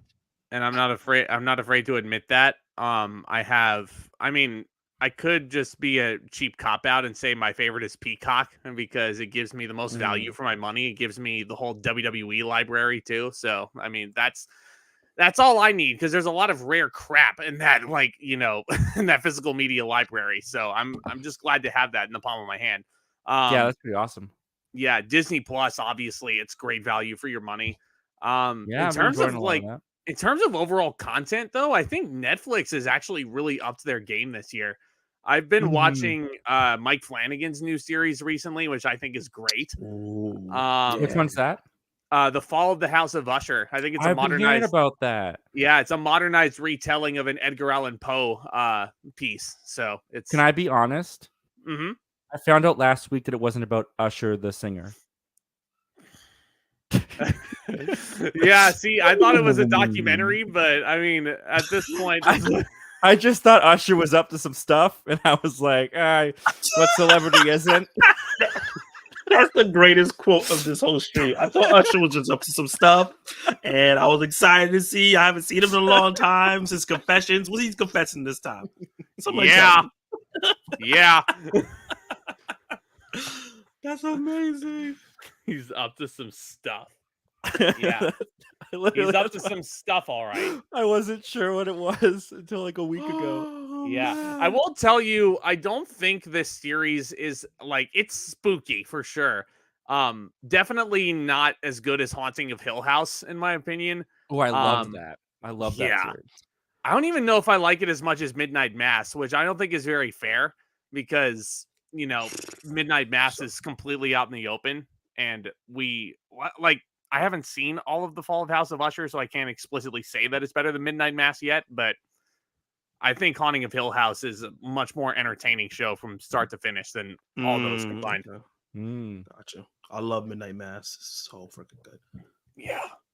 Oh, yeah. it was creepy as hell. I'm Creepy just as a hell. Mike Flanagan fan. Like Hush, Mhm. Oculus, these Netflix shows. Mhm. He's just great. Ouija 2.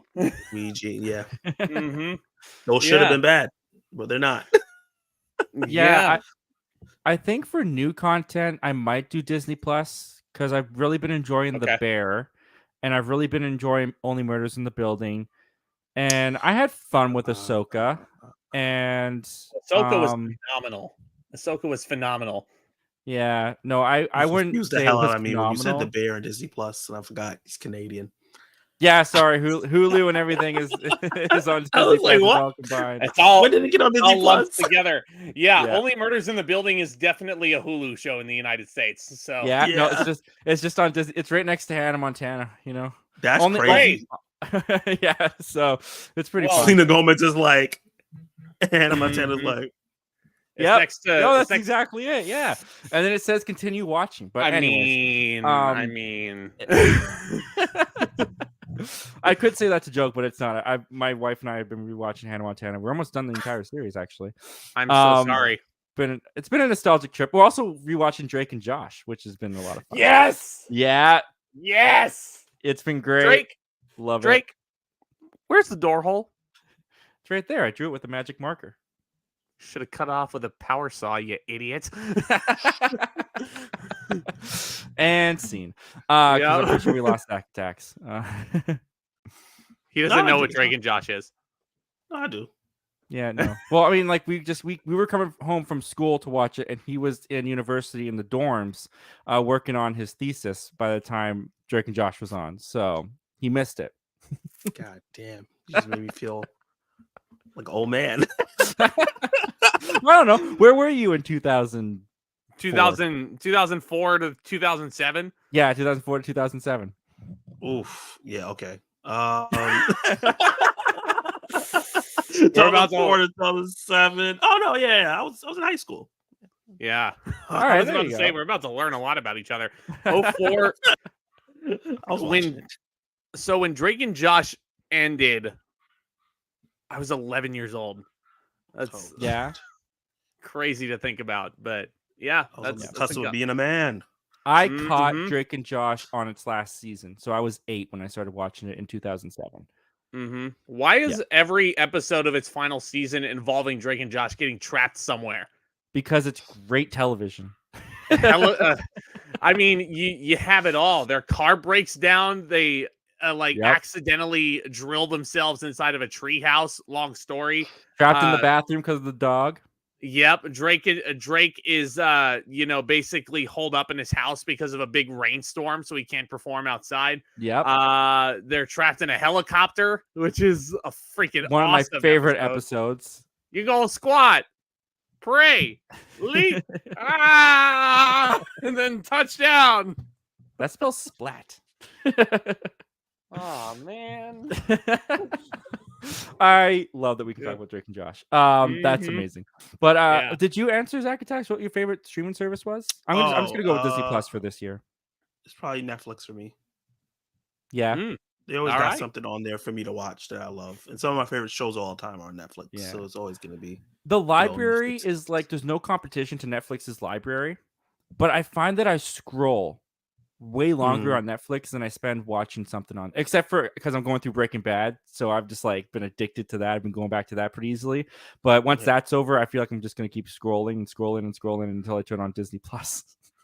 Gotcha. There you I go. like a lot of their originals. The View with Drew says, "What live-action Spider-Man movie villain do you think had the worst design?" I think Dane DeHaan as the Goblin. I'm gonna go with Rhino from Amazing Spider-Man 2. I'm gonna go with Jamie Foxx's Electro just because they fixed the gap in his teeth when he was the villain. I love that. I love that so much. like why would you do that? Like, is electricity now the new brace form? Fuses them together. Yeah. No, They like fixed you a have lot. a little Yeah, you have a little lightning bolt in between the gap right there, and that's It's how it fuses. You know, so it's great because the director was like, you know what we need on this shot? A full-on zoom in of his teeth. Make sure they don't miss it. They need to make sure that they catch. They the got to know teeth. he upgraded. He got those veneers. I mean, it's a genius idea. I mean, screw Invisalign. You know, you could just get electricity in your mouth, and that's how medicine has advanced, man.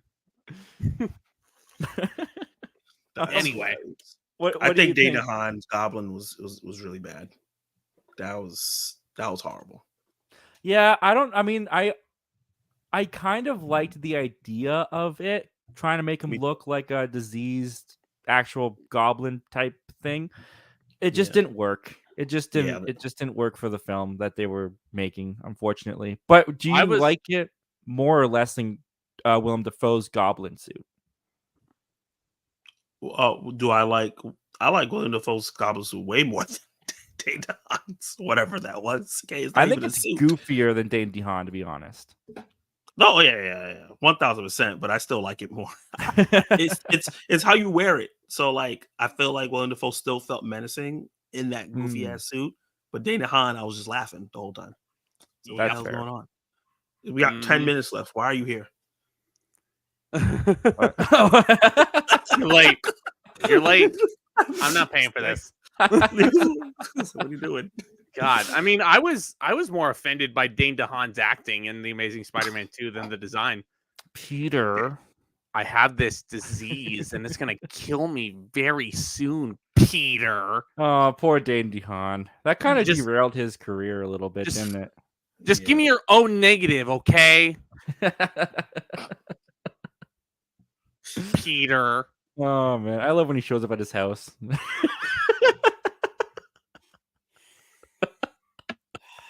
Oh my god. The View with Drew saying, I know people didn't like Electro's blue design, but his No Way Home design was better. Way better. Way better. He got to be Jamie Foxx. And yeah, he got I definitely did not like his No Way Home design. I was like, he's just Jamie Foxx. It felt lazy to me, to be honest. Yeah, it was super lazy. The blues thing was dope. I think that his suit in the comics does not translate well. So just to make him living electricity, I think was amazing. No, you know what would have made that Electro design even better is if they actually like stranded Christmas lights all up and down his body. That's right, yeah. You know? I made it a Christmas movie. Yeah, I mean it already technically is a Christmas movie because there's Christmas music in the background by your crappy Die Hard logic. Everybody, you know, it's true. Spider-Man does go through a Christmas season store during his fight with Doctor Strange for some reason. So yep. And when he's swinging through the end, it's Christmas time because Hawkeye's taking place at the same time. So and it is released in December. So that's true. No Way Home is a Christmas movie. No Way Home is a Christmas movie. Here first. A very sad one. Kenny Sparks says, I'd say Leo had the best performance in Flower Moon, followed by De Niro. Unfortunately, Lily Gladstone wasn't given much to do. She was phenomenal when she was actually on screen, though. I've been hearing people say that they think that Lily Gladstone disappears halfway through the film, and I don't see that. I felt her presence the entire time. Same.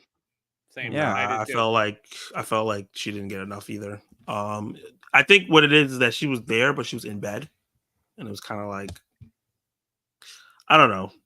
I don't want to spoil the movie. Yeah, fair enough. We can keep going.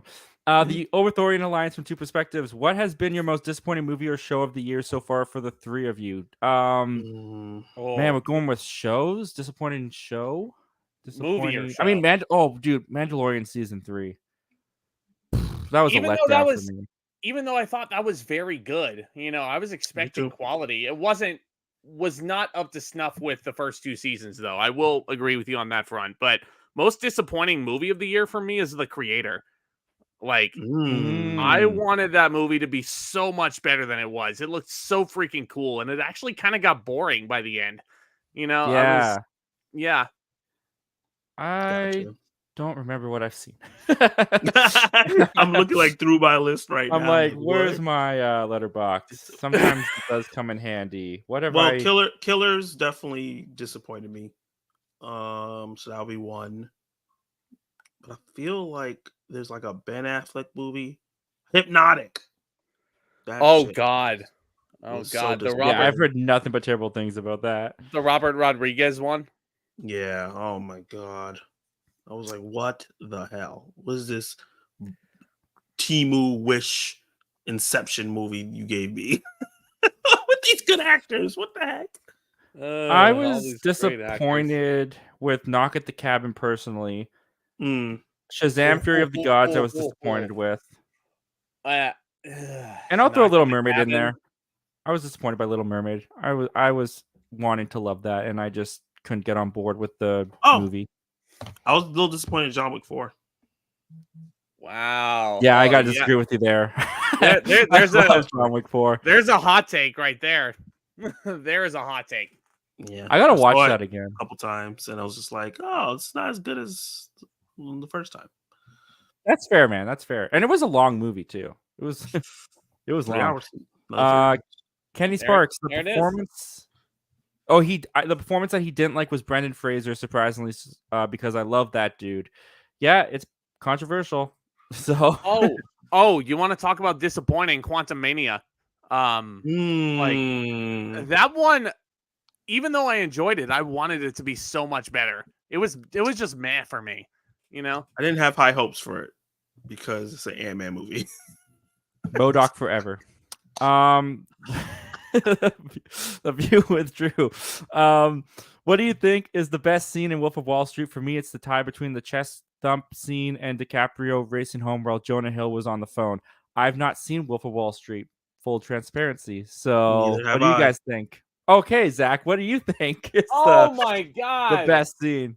His monologue, easily. His monologue where he says, "I'm not going anywhere." And he's like, just, oh, that is Leo acting. It is just like, it's not a performance there. He becomes that dude. Completely agree. You. Yeah. I love how we do that at the same time. I believe you. That was good.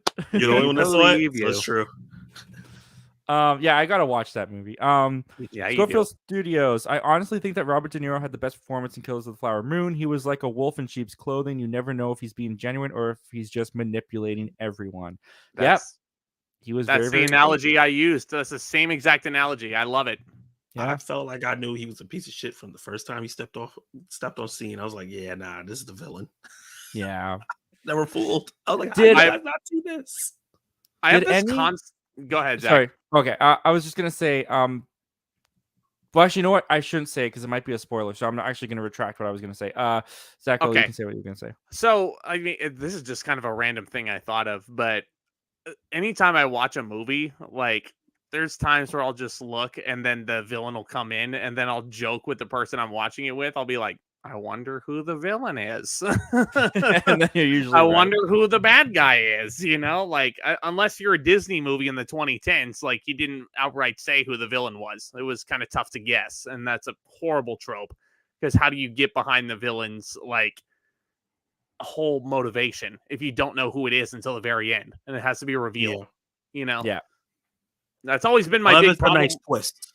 Yeah, that's always been my big problem with stuff like Frozen and with Wreck-It Ralph, you know? Like, you look at movies like those and you don't know who the villain is until the very end.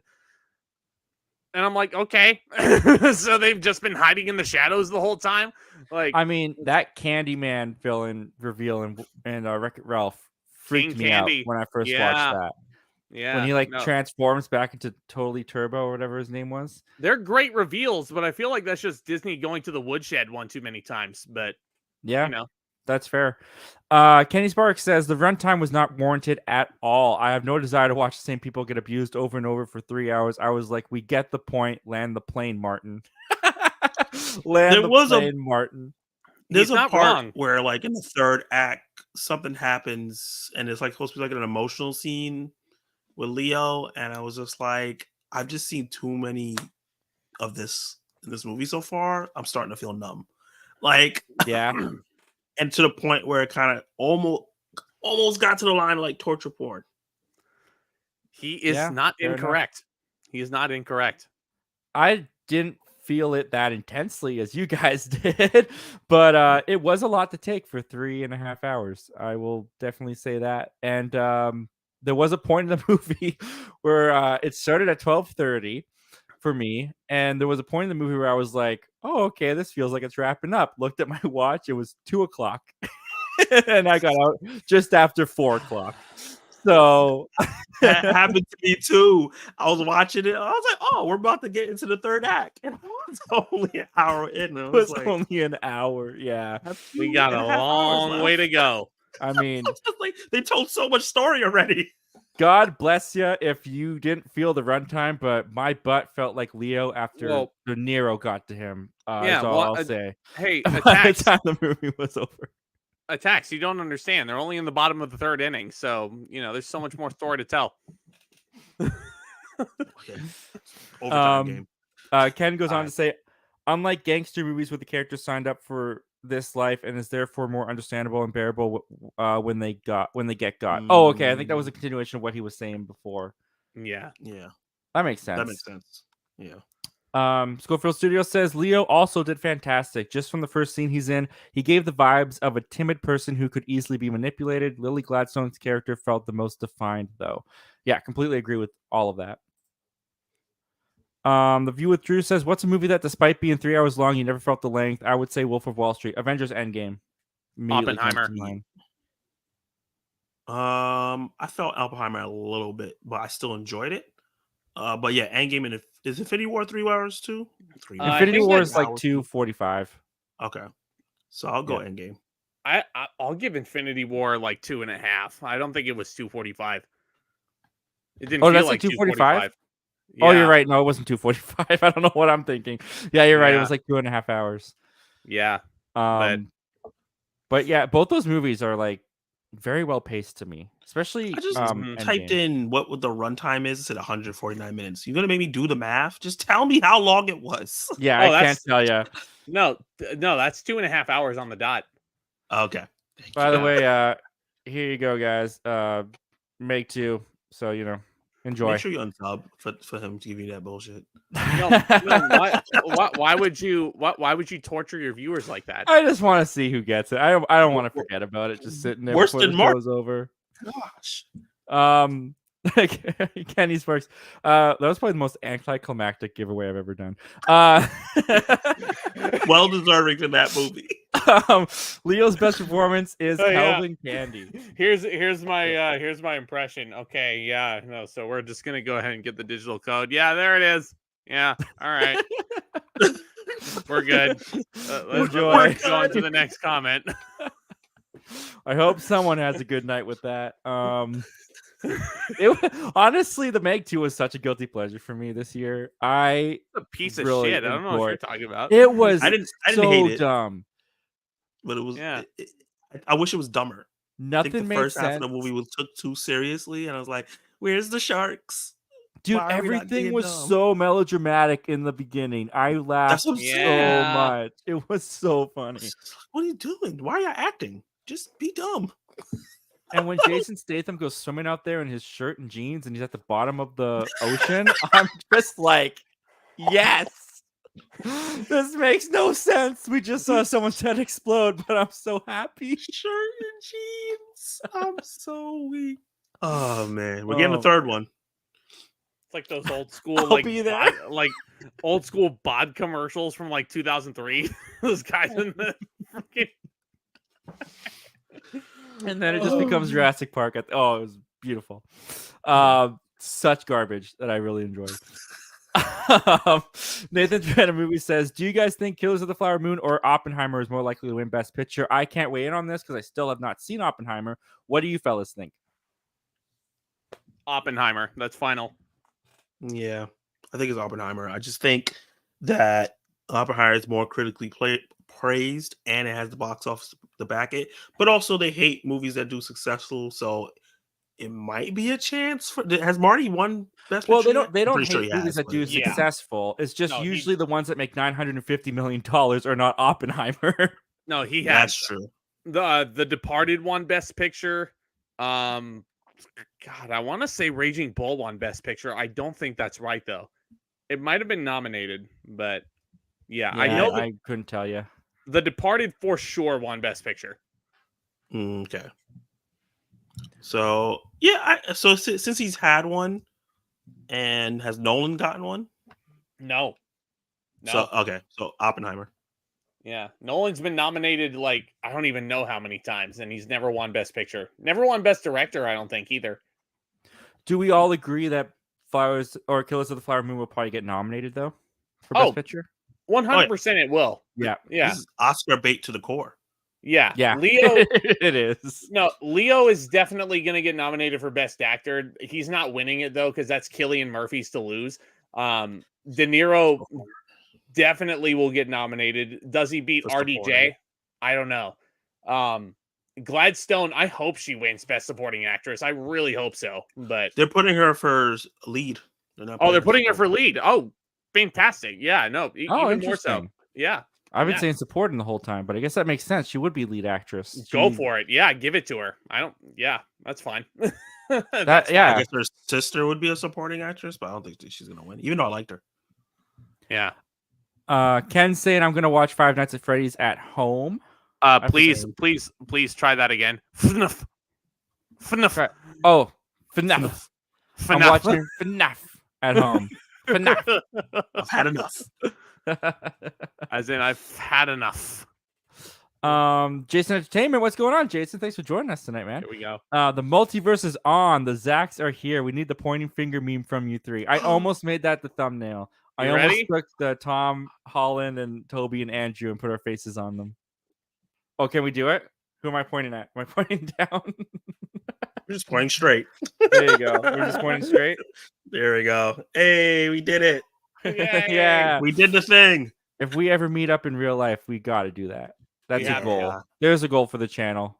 Meet up Yeah. for real life and do the meme. A million views. Jason Entertainment says, "How are you guys doing? Great stream." Well, thank you for joining us, man. We're doing pretty well. How you doing? Schofield Studios. Anyone think Godfather 2 is worse than 1? I mean, it's great. It makes the first better, but I feel like most of the family being absent takes away some of the heart, which is intentional, but still. Never seen The Godfather. I've never seen him. I know. Well, you Call me Sorry, Zach Zach G. Attacks Reviews. I've never seen The Godfather. That's why, like, when Zach M gets on me for not seeing movies, and I'm like, you haven't seen a lot of movies I haven't seen either. I know, right? I totally just poke you, but yeah, it's so true. Yeah, I got a lot to catch up on. I'm curious to hear what you guys think of those two, specifically Godfathers 1 and 2, because that is a heavy debate between cinephiles everywhere. Is Godfather 1 or 2 better? And I honestly don't know if I can pick one. Because they're both that freaking good.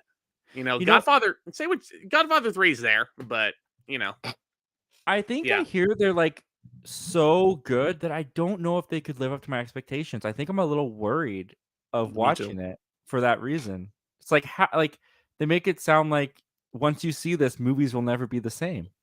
Well, I mean, they're masterpieces. What do you expect? Oh, yeah. I mean, when that's I the watch word. them, will I feel it's a masterpiece? That's the thing. But are Right, they Christmas fellas? movies is what I want to know. When did they come out? I'm Googling it now. It's December. The Godfather. 1972 Hey, December. both Godfathers 1 and 2 won Best Picture. And I don't Came think out any December other 1st. franchise- When did it come out? December 1st. December 1st. I'm joking. No, it didn't. It's March Oh 24th. man, dude, we almost had something. I didn't want to kill Zach G that much.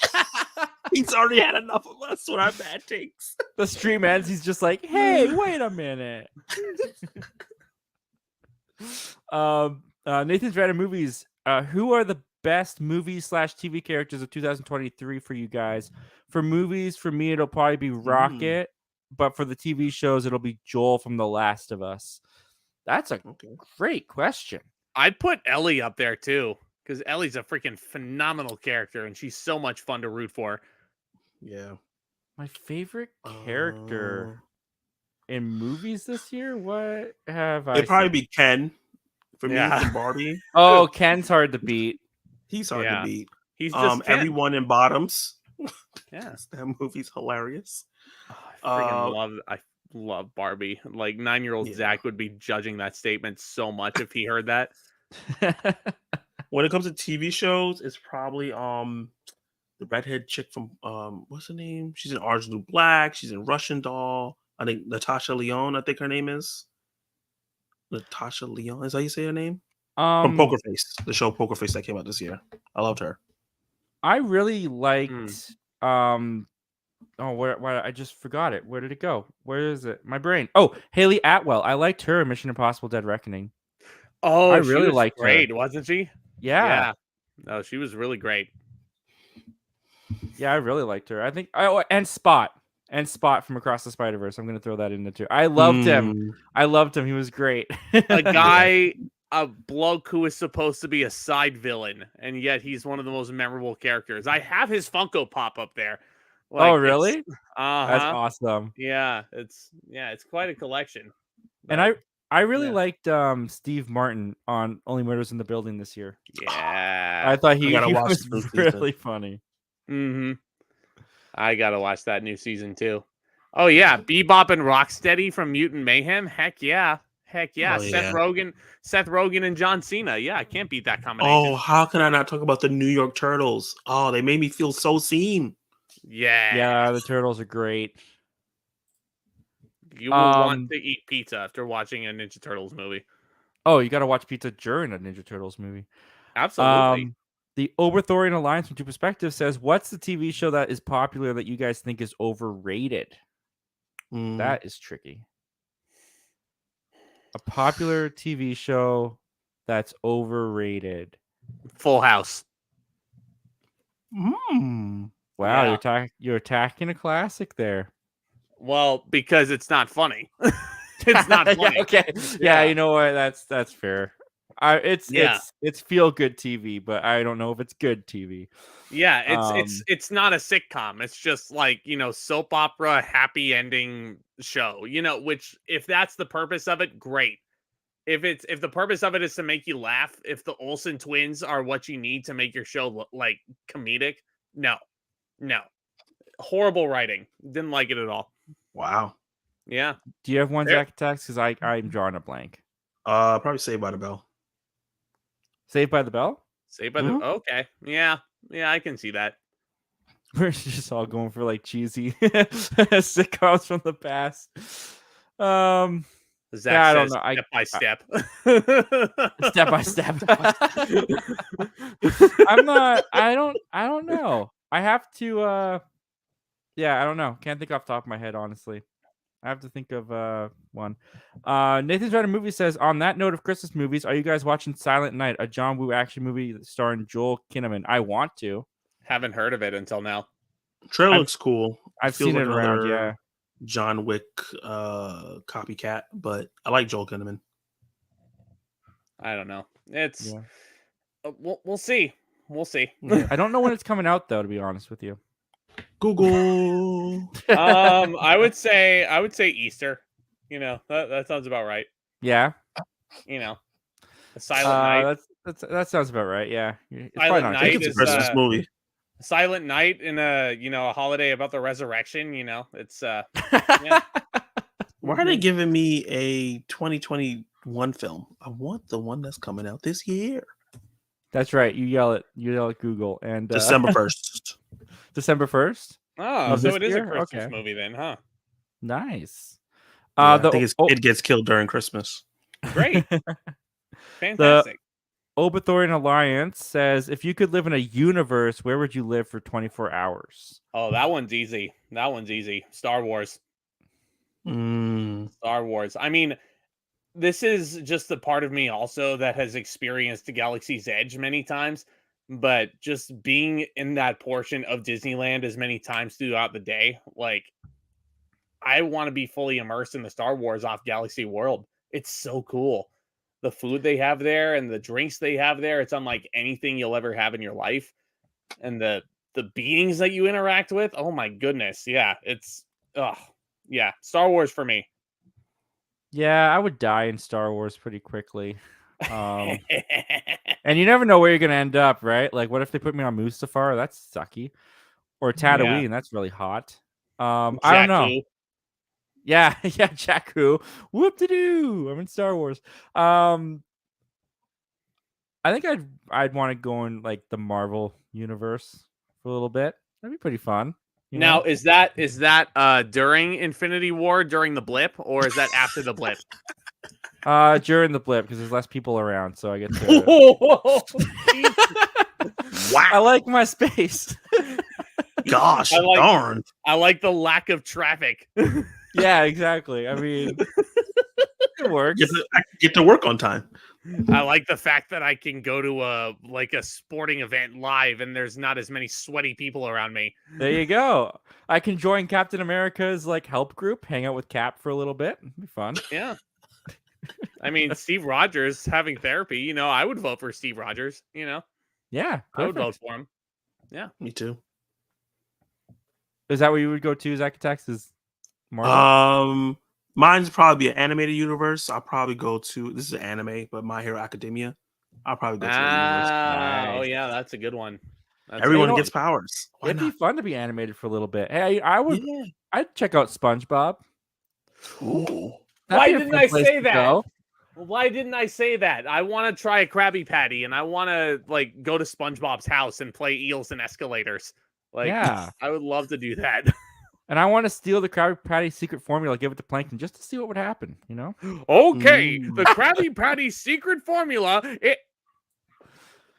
Oh man, that was such a disappointment in my childhood. I thought we were gonna get it. You think about it though, and it's brilliant because you can't just give away the secret formula in the training video. You can't do that because then Plankton could just steal that videotape. Yeah, that should have been his plan all along, maybe. Yeah. Derpy Entertainment, what's going on, Derpy? Thanks for joining us. He says Thanksgiving is better than Christmas, I guess. YK Reviews says, I won't lie, I get the Christmas tree ready around the 10th or 11th of November each year, but in Canada, they celebrate Thanksgiving in October. It's true. I just had Thanksgiving. That's fair. Yeah. Did you have a nice Thanksgiving, Zach?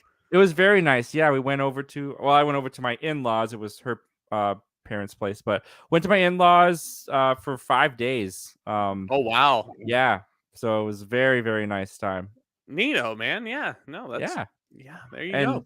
You guys are ramping up to have Thanksgiving over there? Or when is your guys' Thanksgiving?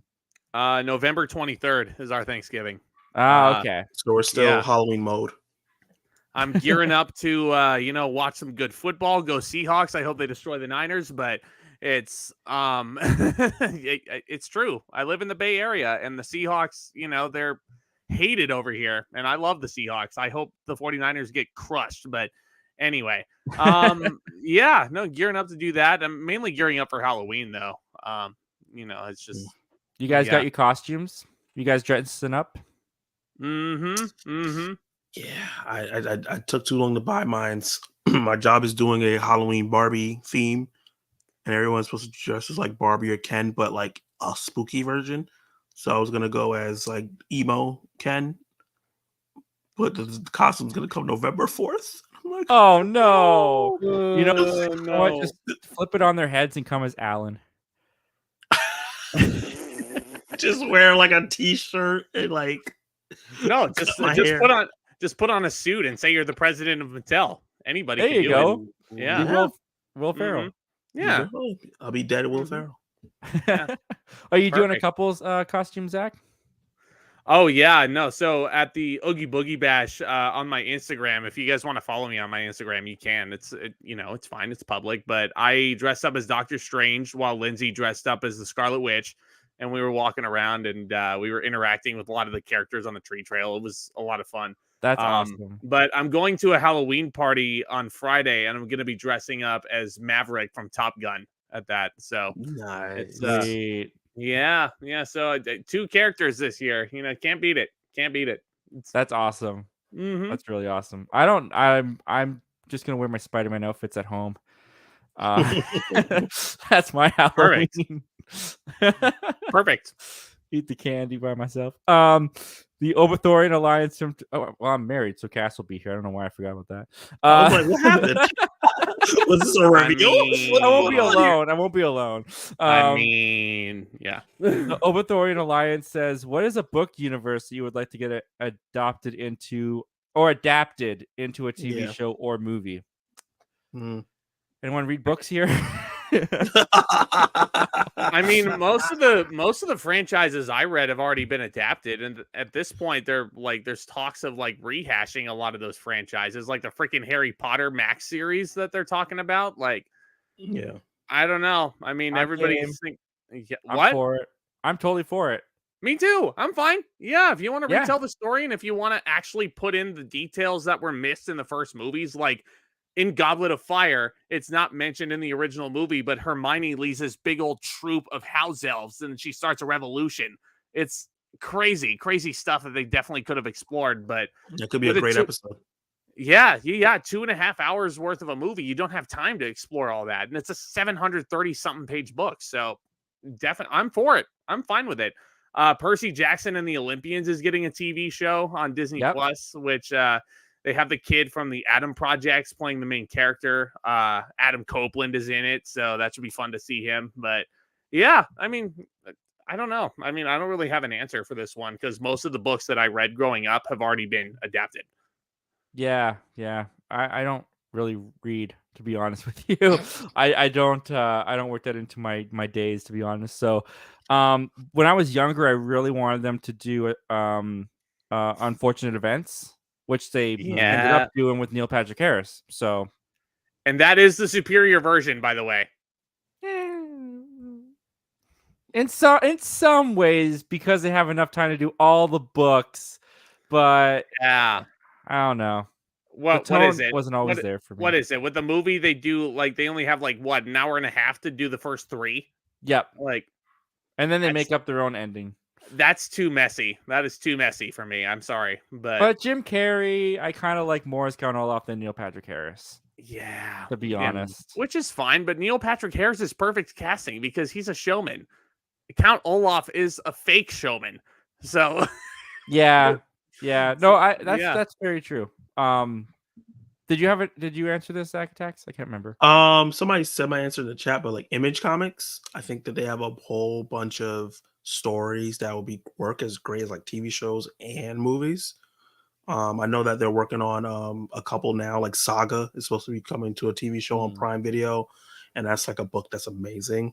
And different, just their whole library, just bring it to TV and give it as much care as they're giving Invincible. You know, there was actually this great book that was read to me in grade school called The Graveyard Book. I don't know if you guys ever had that read or if you've read that. It was actually a really cool story. It was this serial killer that showed up and killed this entire family.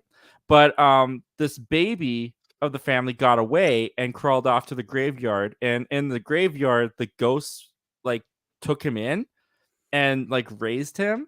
And then when he gets to like his teenage years, you know, he's living in a graveyard. So everyone's kind of like, where'd this kid come from? He's not in school and all that kind of stuff. And the serial killer catches wind of that and returns to try and kill him. And then the ghosts, you know, they're there to protect him and stuff like that. Really awesome book that was probably read to me at way too young of an age. Yeah, I was gonna say they gave that to you in grade school. They read that to me in grade 4. Yeah. Oh yeah, that's in the chat.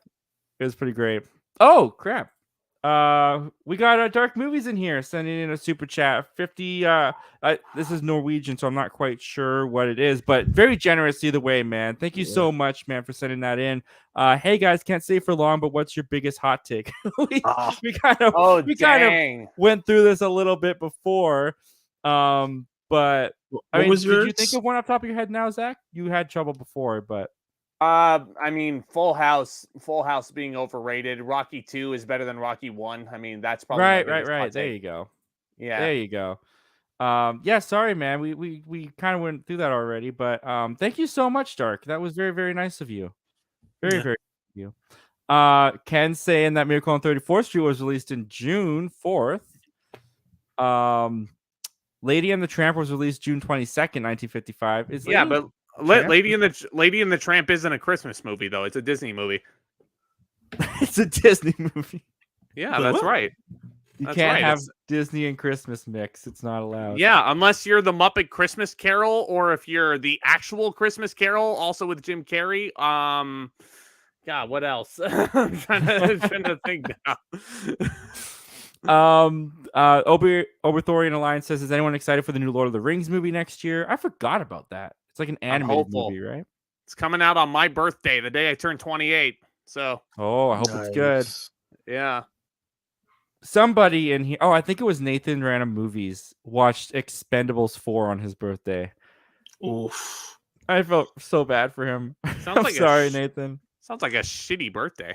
Yeah, Expendables is probably not one you want to watch. Oh, God. Jacob Hubbard, what's going on, Jacob? Thanks for joining us. By the way, guys, Jacob will be on the show next week, so keep your eyes open. Nice. For that. Yeah. That'll be a lot of fun. Die Hard is a Christmas movie if we count Lethal Weapon as a Christmas movie. Oh, do we? Yeah, no, he's got a point. I mean, I don't count Lethal Weapon as a Christmas movie, so Yeah, it's gonna be a debate that goes on for a while. that's gonna be the inside Watch joke. this bubble. Yeah, Every time Milne and I stream from now on, that's all it's gonna be. Is it a That's all Christmas it's gonna be. And like, once Zach Attacks and I start doing more streams together, that's gonna be an inside joke too. So Yep. absolutely. Yeah. Kenny Sparks says Batman Returns was released June 19th, 1992. yeah, but that's not a Christmas movie either. Like, what's the point we're trying to make here? It is set around Christmas. I don't know. Exactly. So that logic should mean that Die Hard is not a Christmas movie either. God. He's so passionate about this. It's I don't know if amazing. we can do another round. Yeah. Schofield Studio says twas the night before Christmas, and all through the house not a creature was stirring except the four. What's that supposed to say? A's that could coming be a- in that rear could in be the a standard lot. 2x2 cover formation. Actual quote from Die Hard. Mm. Oh, why don't I remember that quote? But that's Christmas related. Nathan's Vanna movies purely coincidental. It's an action movie. says that he agrees. Die Hard is 100% a Christmas movie. Oh, I'm sorry. Not only Nathan. is it a Christmas movie, but it's the best Christmas movie. I love it. I'm sorry, Nathan, that you have that opinion, but it's not a Christmas movie. I love that it's just Christmas right now. Schofield says if this is their idea of Christmas, I gotta be here for New Year's. That's I do remember that quote from Die Hard. Yeah. Michael 101591, what's going on, man? Thanks for joining us. He says, "Hey guys." Another quote. Now I have a gun. Ho ho ho. Yeah, that one I definitely remember. Kenny Sparks says Trading Places was released June 9th, 1983. I love that he's just naming a bunch of movies. It's people don't actually think Trading Places is a Christmas movie, correct? I'm gonna Google it. I don't think I've seen that one, to be honest. It's Dan Aykroyd and Eddie Murphy. It's a great comedy. It's got like they're like it's similar to, I don't want to say it's exactly like Dumb Money. But I mean, they take the stock market and they make it understandable to the general public. So I enjoy it. Fair enough.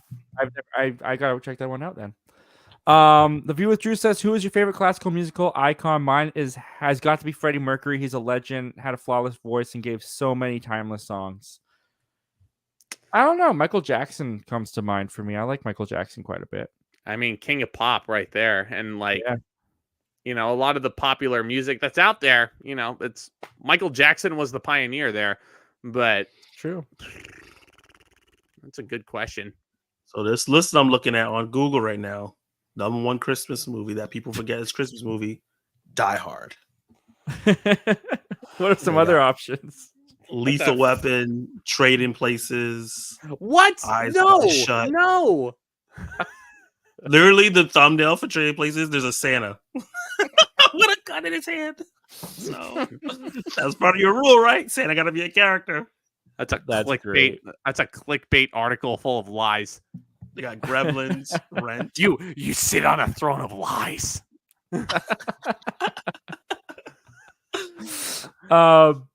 Screens and Reviews, welcome, man. Thanks for joining us, dude.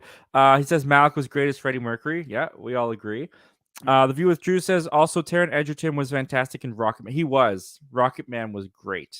Mm-hmm. That's probably my favorite biopic on a musician.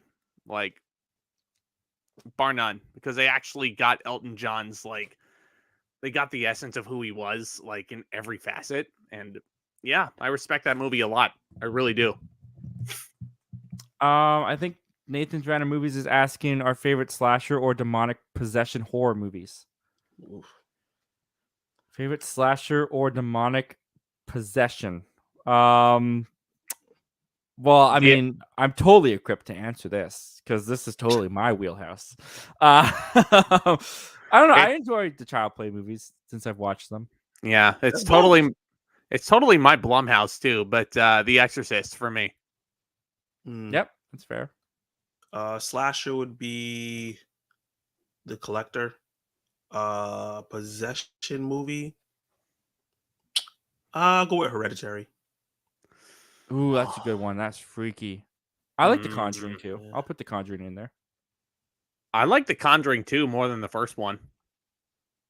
I do too. Yeah, I'm on the same boat. Yeah. Just because I think the first Conjuring, you kind of get the point. Like they kind of are with this family for a little longer than I think we should be, and then the Warrens come in, and then once they are there, that's where that movie really business really picks up there.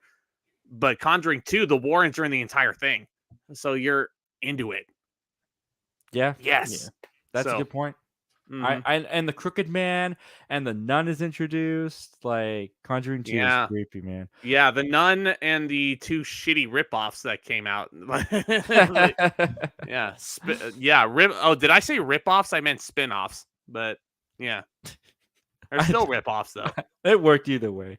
Toxic Gamer 331, what's going on, man? Thanks for joining us. Olo Multiverse of Zach's just got done filming a video. Now I'm editing, and it's where you, Zach M, have your debut King entrance attire, and also you, me, and my friend Jax face a ghost face group. Well, awesome, man. He if you guys don't know Toxic Gamer, he has this wrestling game, and he's made an avatar of me. Hell yeah. That wrestles. So I've been beat up by quite a few icons like Spider-Man and whatnot, but perfect. Very, very cool. And I enjoy hearing how I do. Yeah. Michael 101591, what's going on, Michael? Thanks for joining us. He says Five Nights at Freddy's looks meh, and I kind of agree. Right. The early reaction say meh. Toxic Gamer 331, what is your Mount Rushmore of horror characters? Oh God. Rushmore. How many people are on Mount Rushmore? 4. 4. Okay. Yeah. I don't know that. he's from Canada. He doesn't know this. So I know. I just found it funny. Yeah. Who's our prime minister? Maple syrup? I don't know. Heck, I might as well be. Ham. Sorry? Who is Ham? Who is Ham? Who is Ham? Yeah. Rushmore of horror characters. I mean, I'll put Ghostface on there for me personally, and I'll put Freddy on there, and I'll put Chucky on there, based on, granted, what I've seen. And one last one. Man, that's tricky.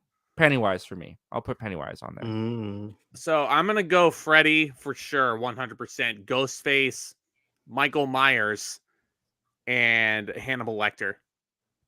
Ooh, I like that. That's a curveball. That's a good one. Good curveball. I'm gonna go. What's his name? The little doll, Chucky. Yeah, I just said that. Chucky, Freddy, Michael Myers, and I'm gonna throw a curveball on there, even though I've only seen him like 1.5 times. Art the Clown, because I don't think people would argue with that. I think he's becoming iconic for sure. Yeah. He is sadistic. Michael 101591 is saying that Die Hard is not a Christmas film, so that's another wrong. Everybody, give him a round of applause! Woo! Kenny Sparks says, "I just watched The Exorcist for the first time as well. Thoroughly enjoyed it. I agree with Zach G. It's hilarious for all the wrong reasons. More disgusting than scary." Zach G Black. I wasn't sure what that meant, so I just skipped it. The black one. Because we're both Zach G. Oh, I get it. Okay. I get it. That makes sense. I love how you got so nervous. You went Zach G. Well, I wasn't sure what it meant because I know you're wearing a black shirt, but I didn't know. I love it. Anyways, I avoid being canceled another day. Toxic Gamer 331 says Spider-Man 2 is super fun and it's a 10 out of 10. Nice. Video game, yeah. Should get this super chat out of the way too. I'm seeing Michael put it. Oh, we got another put in one? a couple. Yeah. Oh my goodness, look at that. Michael Entity sent in a $2. Dude, thank you so much for that. Yo, all the Zacks and Zach. Favorite remake? The Thing. John Carpenter's The Thing. That's a remake. That's a great one. It might be a cop-out to say The Departed again, but The Departed is a remake of Infernal Affair, so I'm going to say The Departed.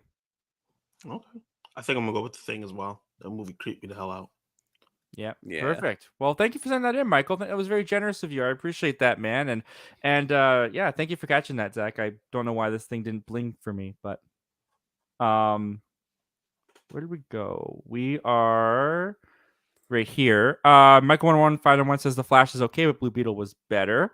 Fair enough. What would you guys agree with that, or what do you think? Blue Beetle was way better. It was way better. The Flash. It was there. It was there.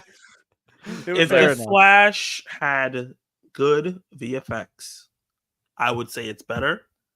But the fact that the VFX was so poor, I can't give it to the Flash because I think Ezra had one of the better comic book performances in any comic book movie, and I liked the story it was going for, but the VFX, man, was rough. And also think about this: Blue Beetle is sitting there, and nobody really knows who the Blue Beetle is or any of the comic lore behind it. So it does not have to worry about setting up a sequel or anything. The Flash, it felt to me, was more so a product than a movie. It was basically just throwing out like, interesting. Yeah, look at where we're going from here. Even though it was definitely solid, not knocking points for that. It just came off to me like they were trying to establish too much for the future without, focusing on the now. It's. I can definitely. All right. Well, we're past the 2-hour mark now, so I'm just gonna start picking questions that I like just randomly that I want to talk about because there's a lot of people in here, and I appreciate that a lot, guys. Thank you so much for being here and for contributing to the chat and stuff. But I gotta let Zach go to bed at some point. I mean, look at the guy. Nathan Shredder Movies says, hot take, am I the only person who did not like Barbie? I liked Barbie, but I will say I didn't love Barbie as much as everyone else did. I loved it. I don't care what anybody says. That's a freaking awesome movie. Hey, I loved it too.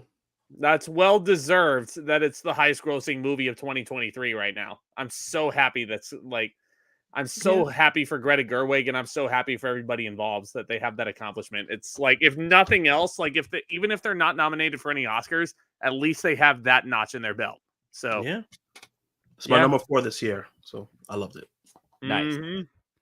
Can you say, first of all, I did go to see Dungeons and Dragons. That's because I said nobody went to see it. I mean, I wasn't specifically calling people out.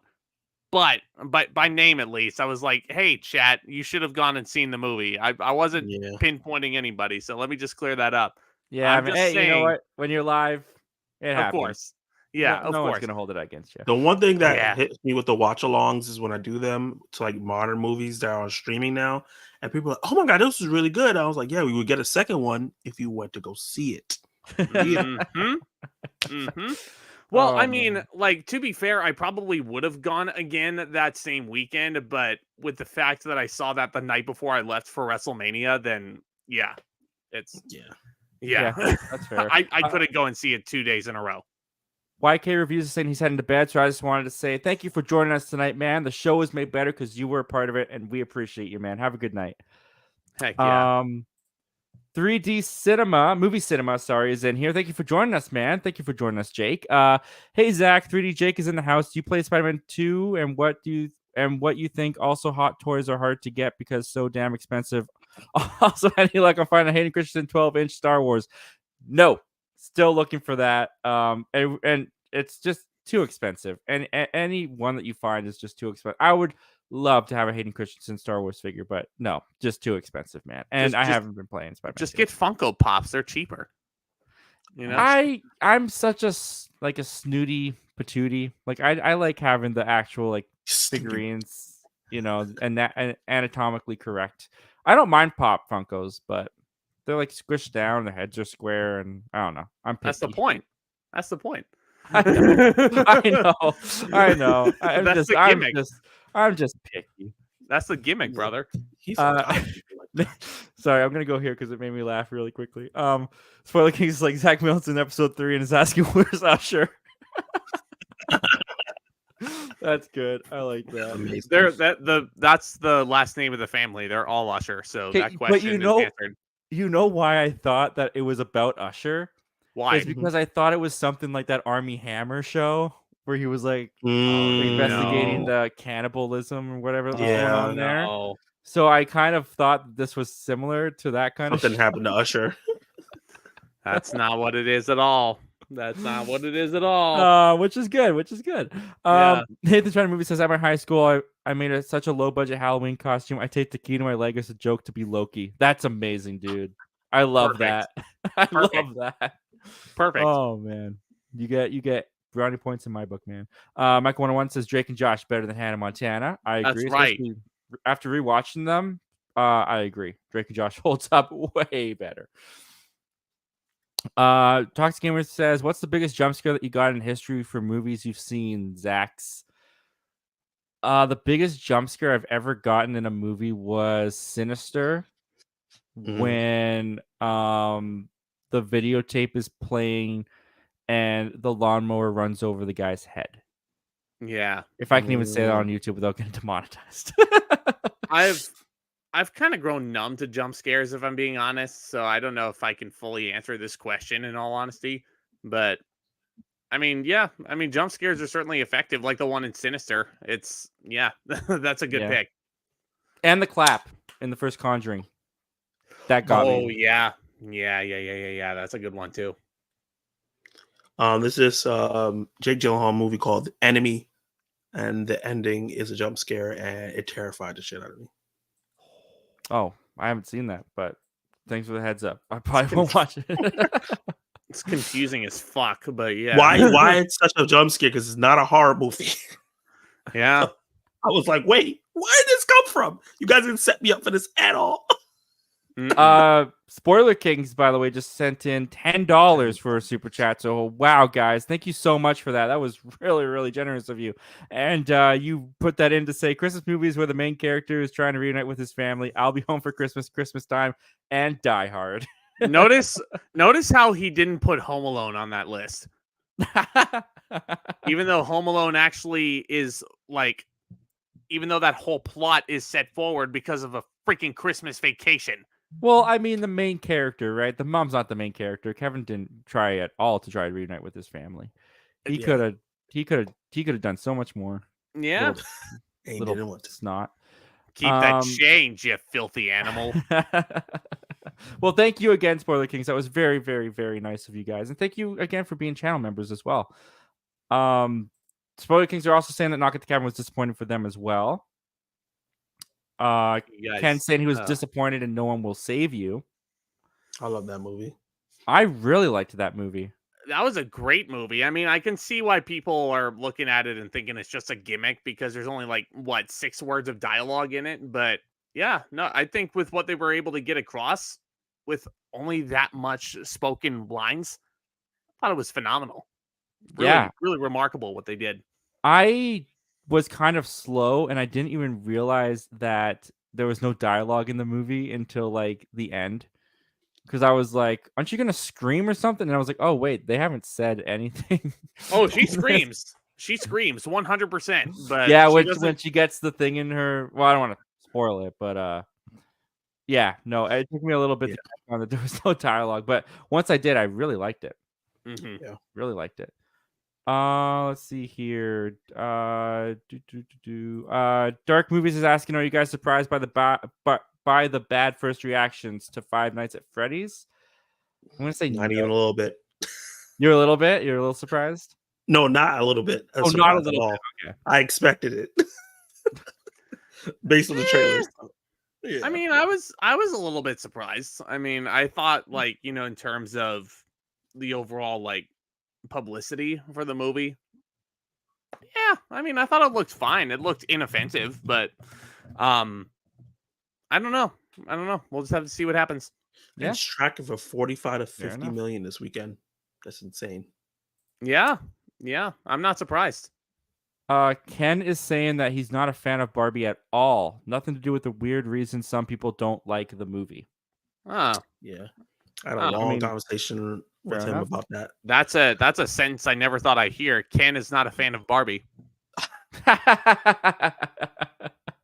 That's a good one. Yeah. That was really good. That is a good one. We got Michael Entity also saying, all the Zacks and Zacks, good to see you. What's a horror video game that would be fun to see on the big screen as a film? For me, I'd love to see Left 4 Dead. Dude, that's a great pick. I mean, it'd be another Ooh. zombie movie, but It would. I love But they Left have 4 some Dead. good zombie types in there that we haven't seen in a live action movie. Yeah, I want to see the Boomers, and I want to see them all played by Brendan Fraser. Yeah. You know,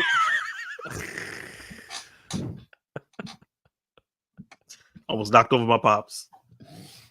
okay. I mean, I could say Dead Rising, but just because of the fact that, you know, like I liked Dead Rising for the fact that you could customize your weapons at any point along the campaign. But then again, if you put that into film form, people are just going to see that as like, oh, this is just derivative of Evil Dead. You know, the fact that Ash is like putting his arm back together, you know? I don't know. I mean, it looks like it could be another zombie flick. Kind of to tread off topic, though, I am still waiting on an adaptation of Red Dead Redemption, and I would love to see that in TV show form. Like, Yeah. you can Mm. get Long-ass game. so much across. You want to talk about Westerns? We were talking a whole bunch about Westerns earlier. Red Dead Redemption, put Norman Reedus in there as one of the leads. Like, revitalize that man's career after the disappointment of The Walking Dead. Like, please. Well, I heard his new spinoff is actually really great. I've not Oh. heard one bad thing about it. Oh, good for him. Good for him. I would pick Outlast. All That's right. a great. I've never heard of Outlast, but I I've heard definitely- I heard that Fallout is getting a TV series too. Yeah, on Prime. Hey, did anyone watch the Halo series? How was that? I thought it was decent. Yeah, same. You know, I mean, it definitely seems like it was just Paramount's answer to The Mandalorian, but you know, that's all it felt like to me. And they were just like, oh yeah, Halo's popular. Let's just put a name, let's just put a recognizable name on there to mask the fact that we're trying to compete with The Mandalorian. But it felt like they had a script, and it wasn't Halo script, and they got the Halo rights, and they were like, oh, let's just use Halo on this and add their lore in between whatever we already have. Interesting. Because I'm not a huge Halo fan. I don't think I've ever owned the game, but I know some about it, and I'm like, yeah, this is not right. Why is he naked? Let me tell you something, Zach, because let me talk to you in this case. Halo growing up was my life. Me and my neighbors would spend so much time on Forge on the sandbox in Halo 3, and we would just put together the most ridiculous stipulations ever. Like, it was so much fun. I loved just like ramming through people with the alien vehicles, the ghosts and the banshees. Like, that was just, I don't know what it was. It was just so much fun for me. And the fact that I'm seeing like all these vehicles and all these weapons like being brought onto, you know, the small screen in this case, and the fact that Master Chief is there in TV form, that was really cool. Looked great. The suit looked amazing. The ghost. I gotta say though, awesome. The action in the show was really good. Like there's this particular episode where it was like 20 minutes of action. I was like, give us this every episode. This is phenomenal. I mean, as I was just sitting there, I'm not expecting anything great, but as long as you give me good action, because that's all Halo was to me. I was always on multiplayer through that, and it was just mayhem everywhere. Like, I got that. I was satisfied. I thought it was fun. Yeah. All right, man. That's good. That's good to hear, because I played Halo with my friends when I was in like middle school and stuff a little bit, but I never did get around to checking out the series, so I always wondered how it was. We are hitting the 2.5 hour mark, and these guys have been so gracious with their time. I cannot thank you guys enough for. I know that it's getting really late for you, especially Zach Attack. So we'll end with this, and then I think we'll call it a night. So Nathan's Random Movies is asking, what do you guys think of the Marvels being the shortest MCU movie? How are we Is it feeling about the really? Marvels overall? Yeah, apparently it's like an Yeah. hour and 40 45. minutes, I think. Something like that. Yeah, it's around like hour 45, hour 40. Yeah, it's like I think Hulk, the Incredible Hulk was the shortest at an hour and 52, and I think this is coming in at like an hour and 45, which is gonna feel like As a short film after watching Killers of the Flower Moon. But Palate cleanser. Yeah, I mean, as long as they get the story they want to get across in that amount of time and it doesn't feel rushed, then I'm all for it. I am all Yeah. for it. I feel so happy for God, I keep Iman butchering her Vellani? freaking name. Thank you, Iman Kalani. Yeah, no, She's a man, delight. she's a little spitfire, isn't she? Like she It's great. she goes on screen and she's just like so excited to be there, and you can tell. You Yeah. know, like I'm happy for her as a fellow Marvel fan. Like I'm sure she was like before she got the part. Like good for her, man. Good for her living out her dream.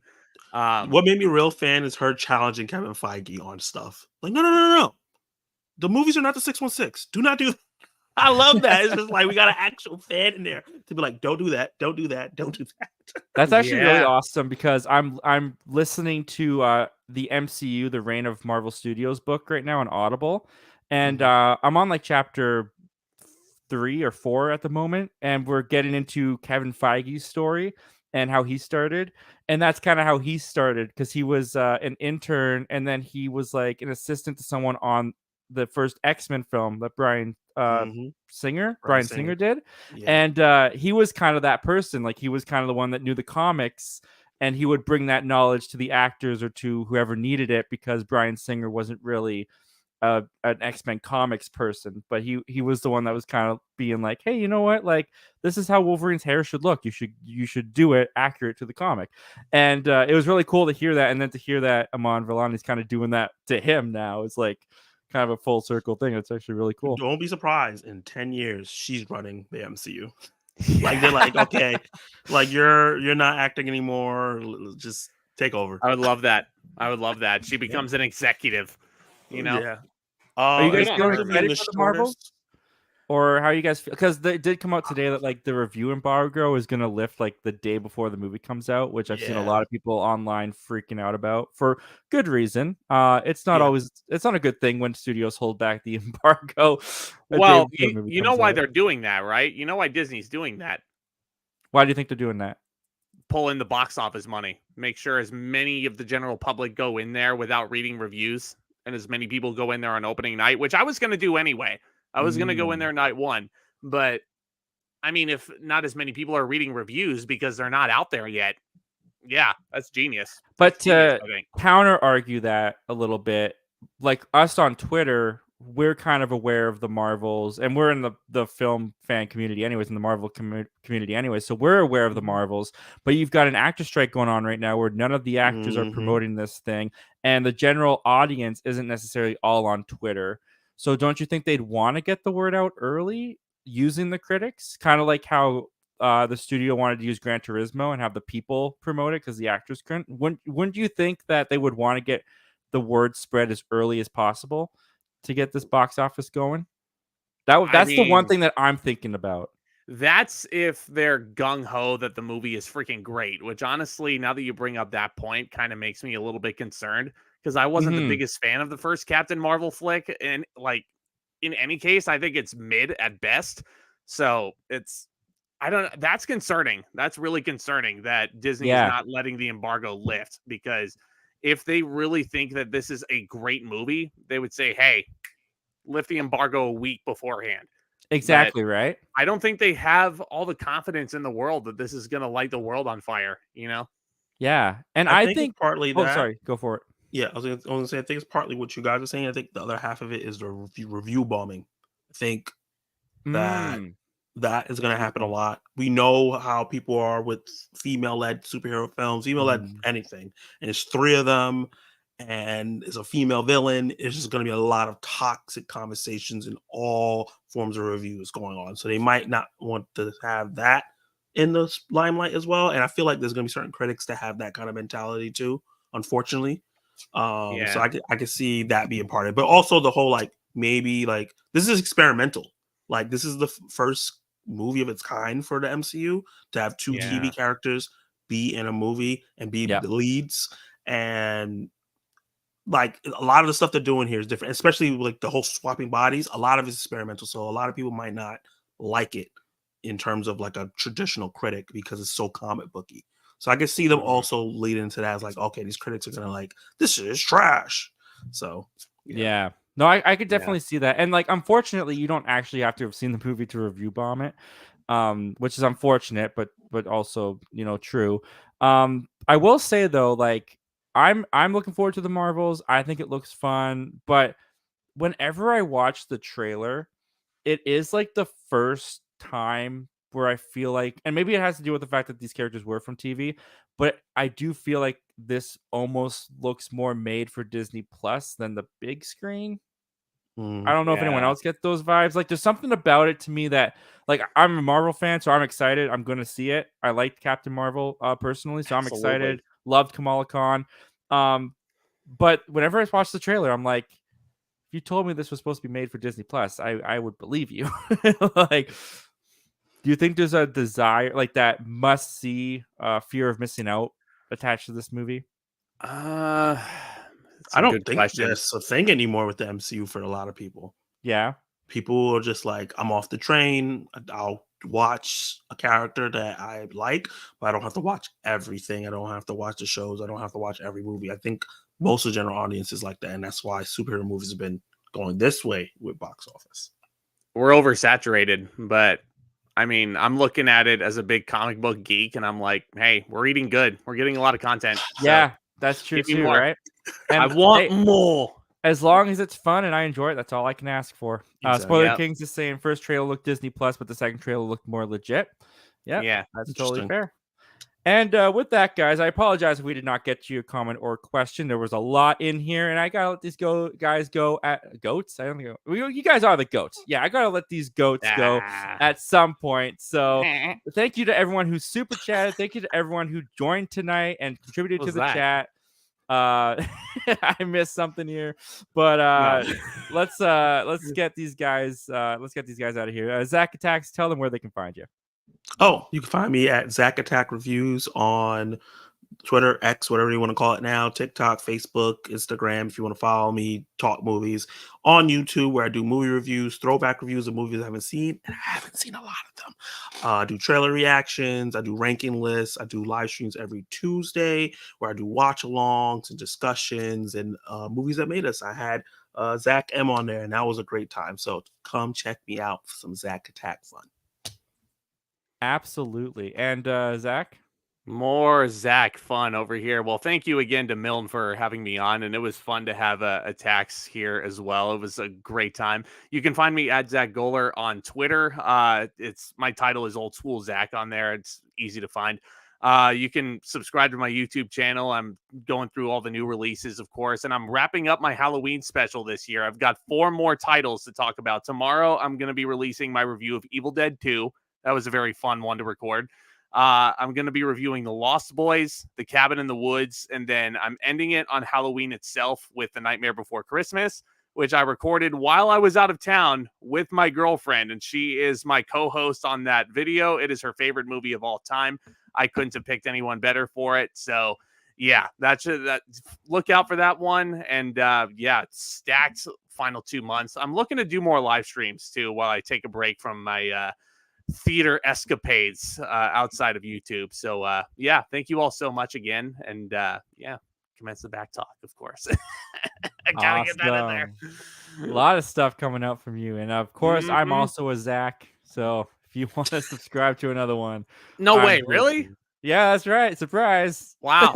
Oh, I couldn't believe it. plot twist of the stream. Well, Dang. with that, guys, I once again want to thank you guys for being here, for contributing and talking with us. I want to thank these gentlemen for being here and joining me. Their links, once again, guys, in the description below. You can easily go find them.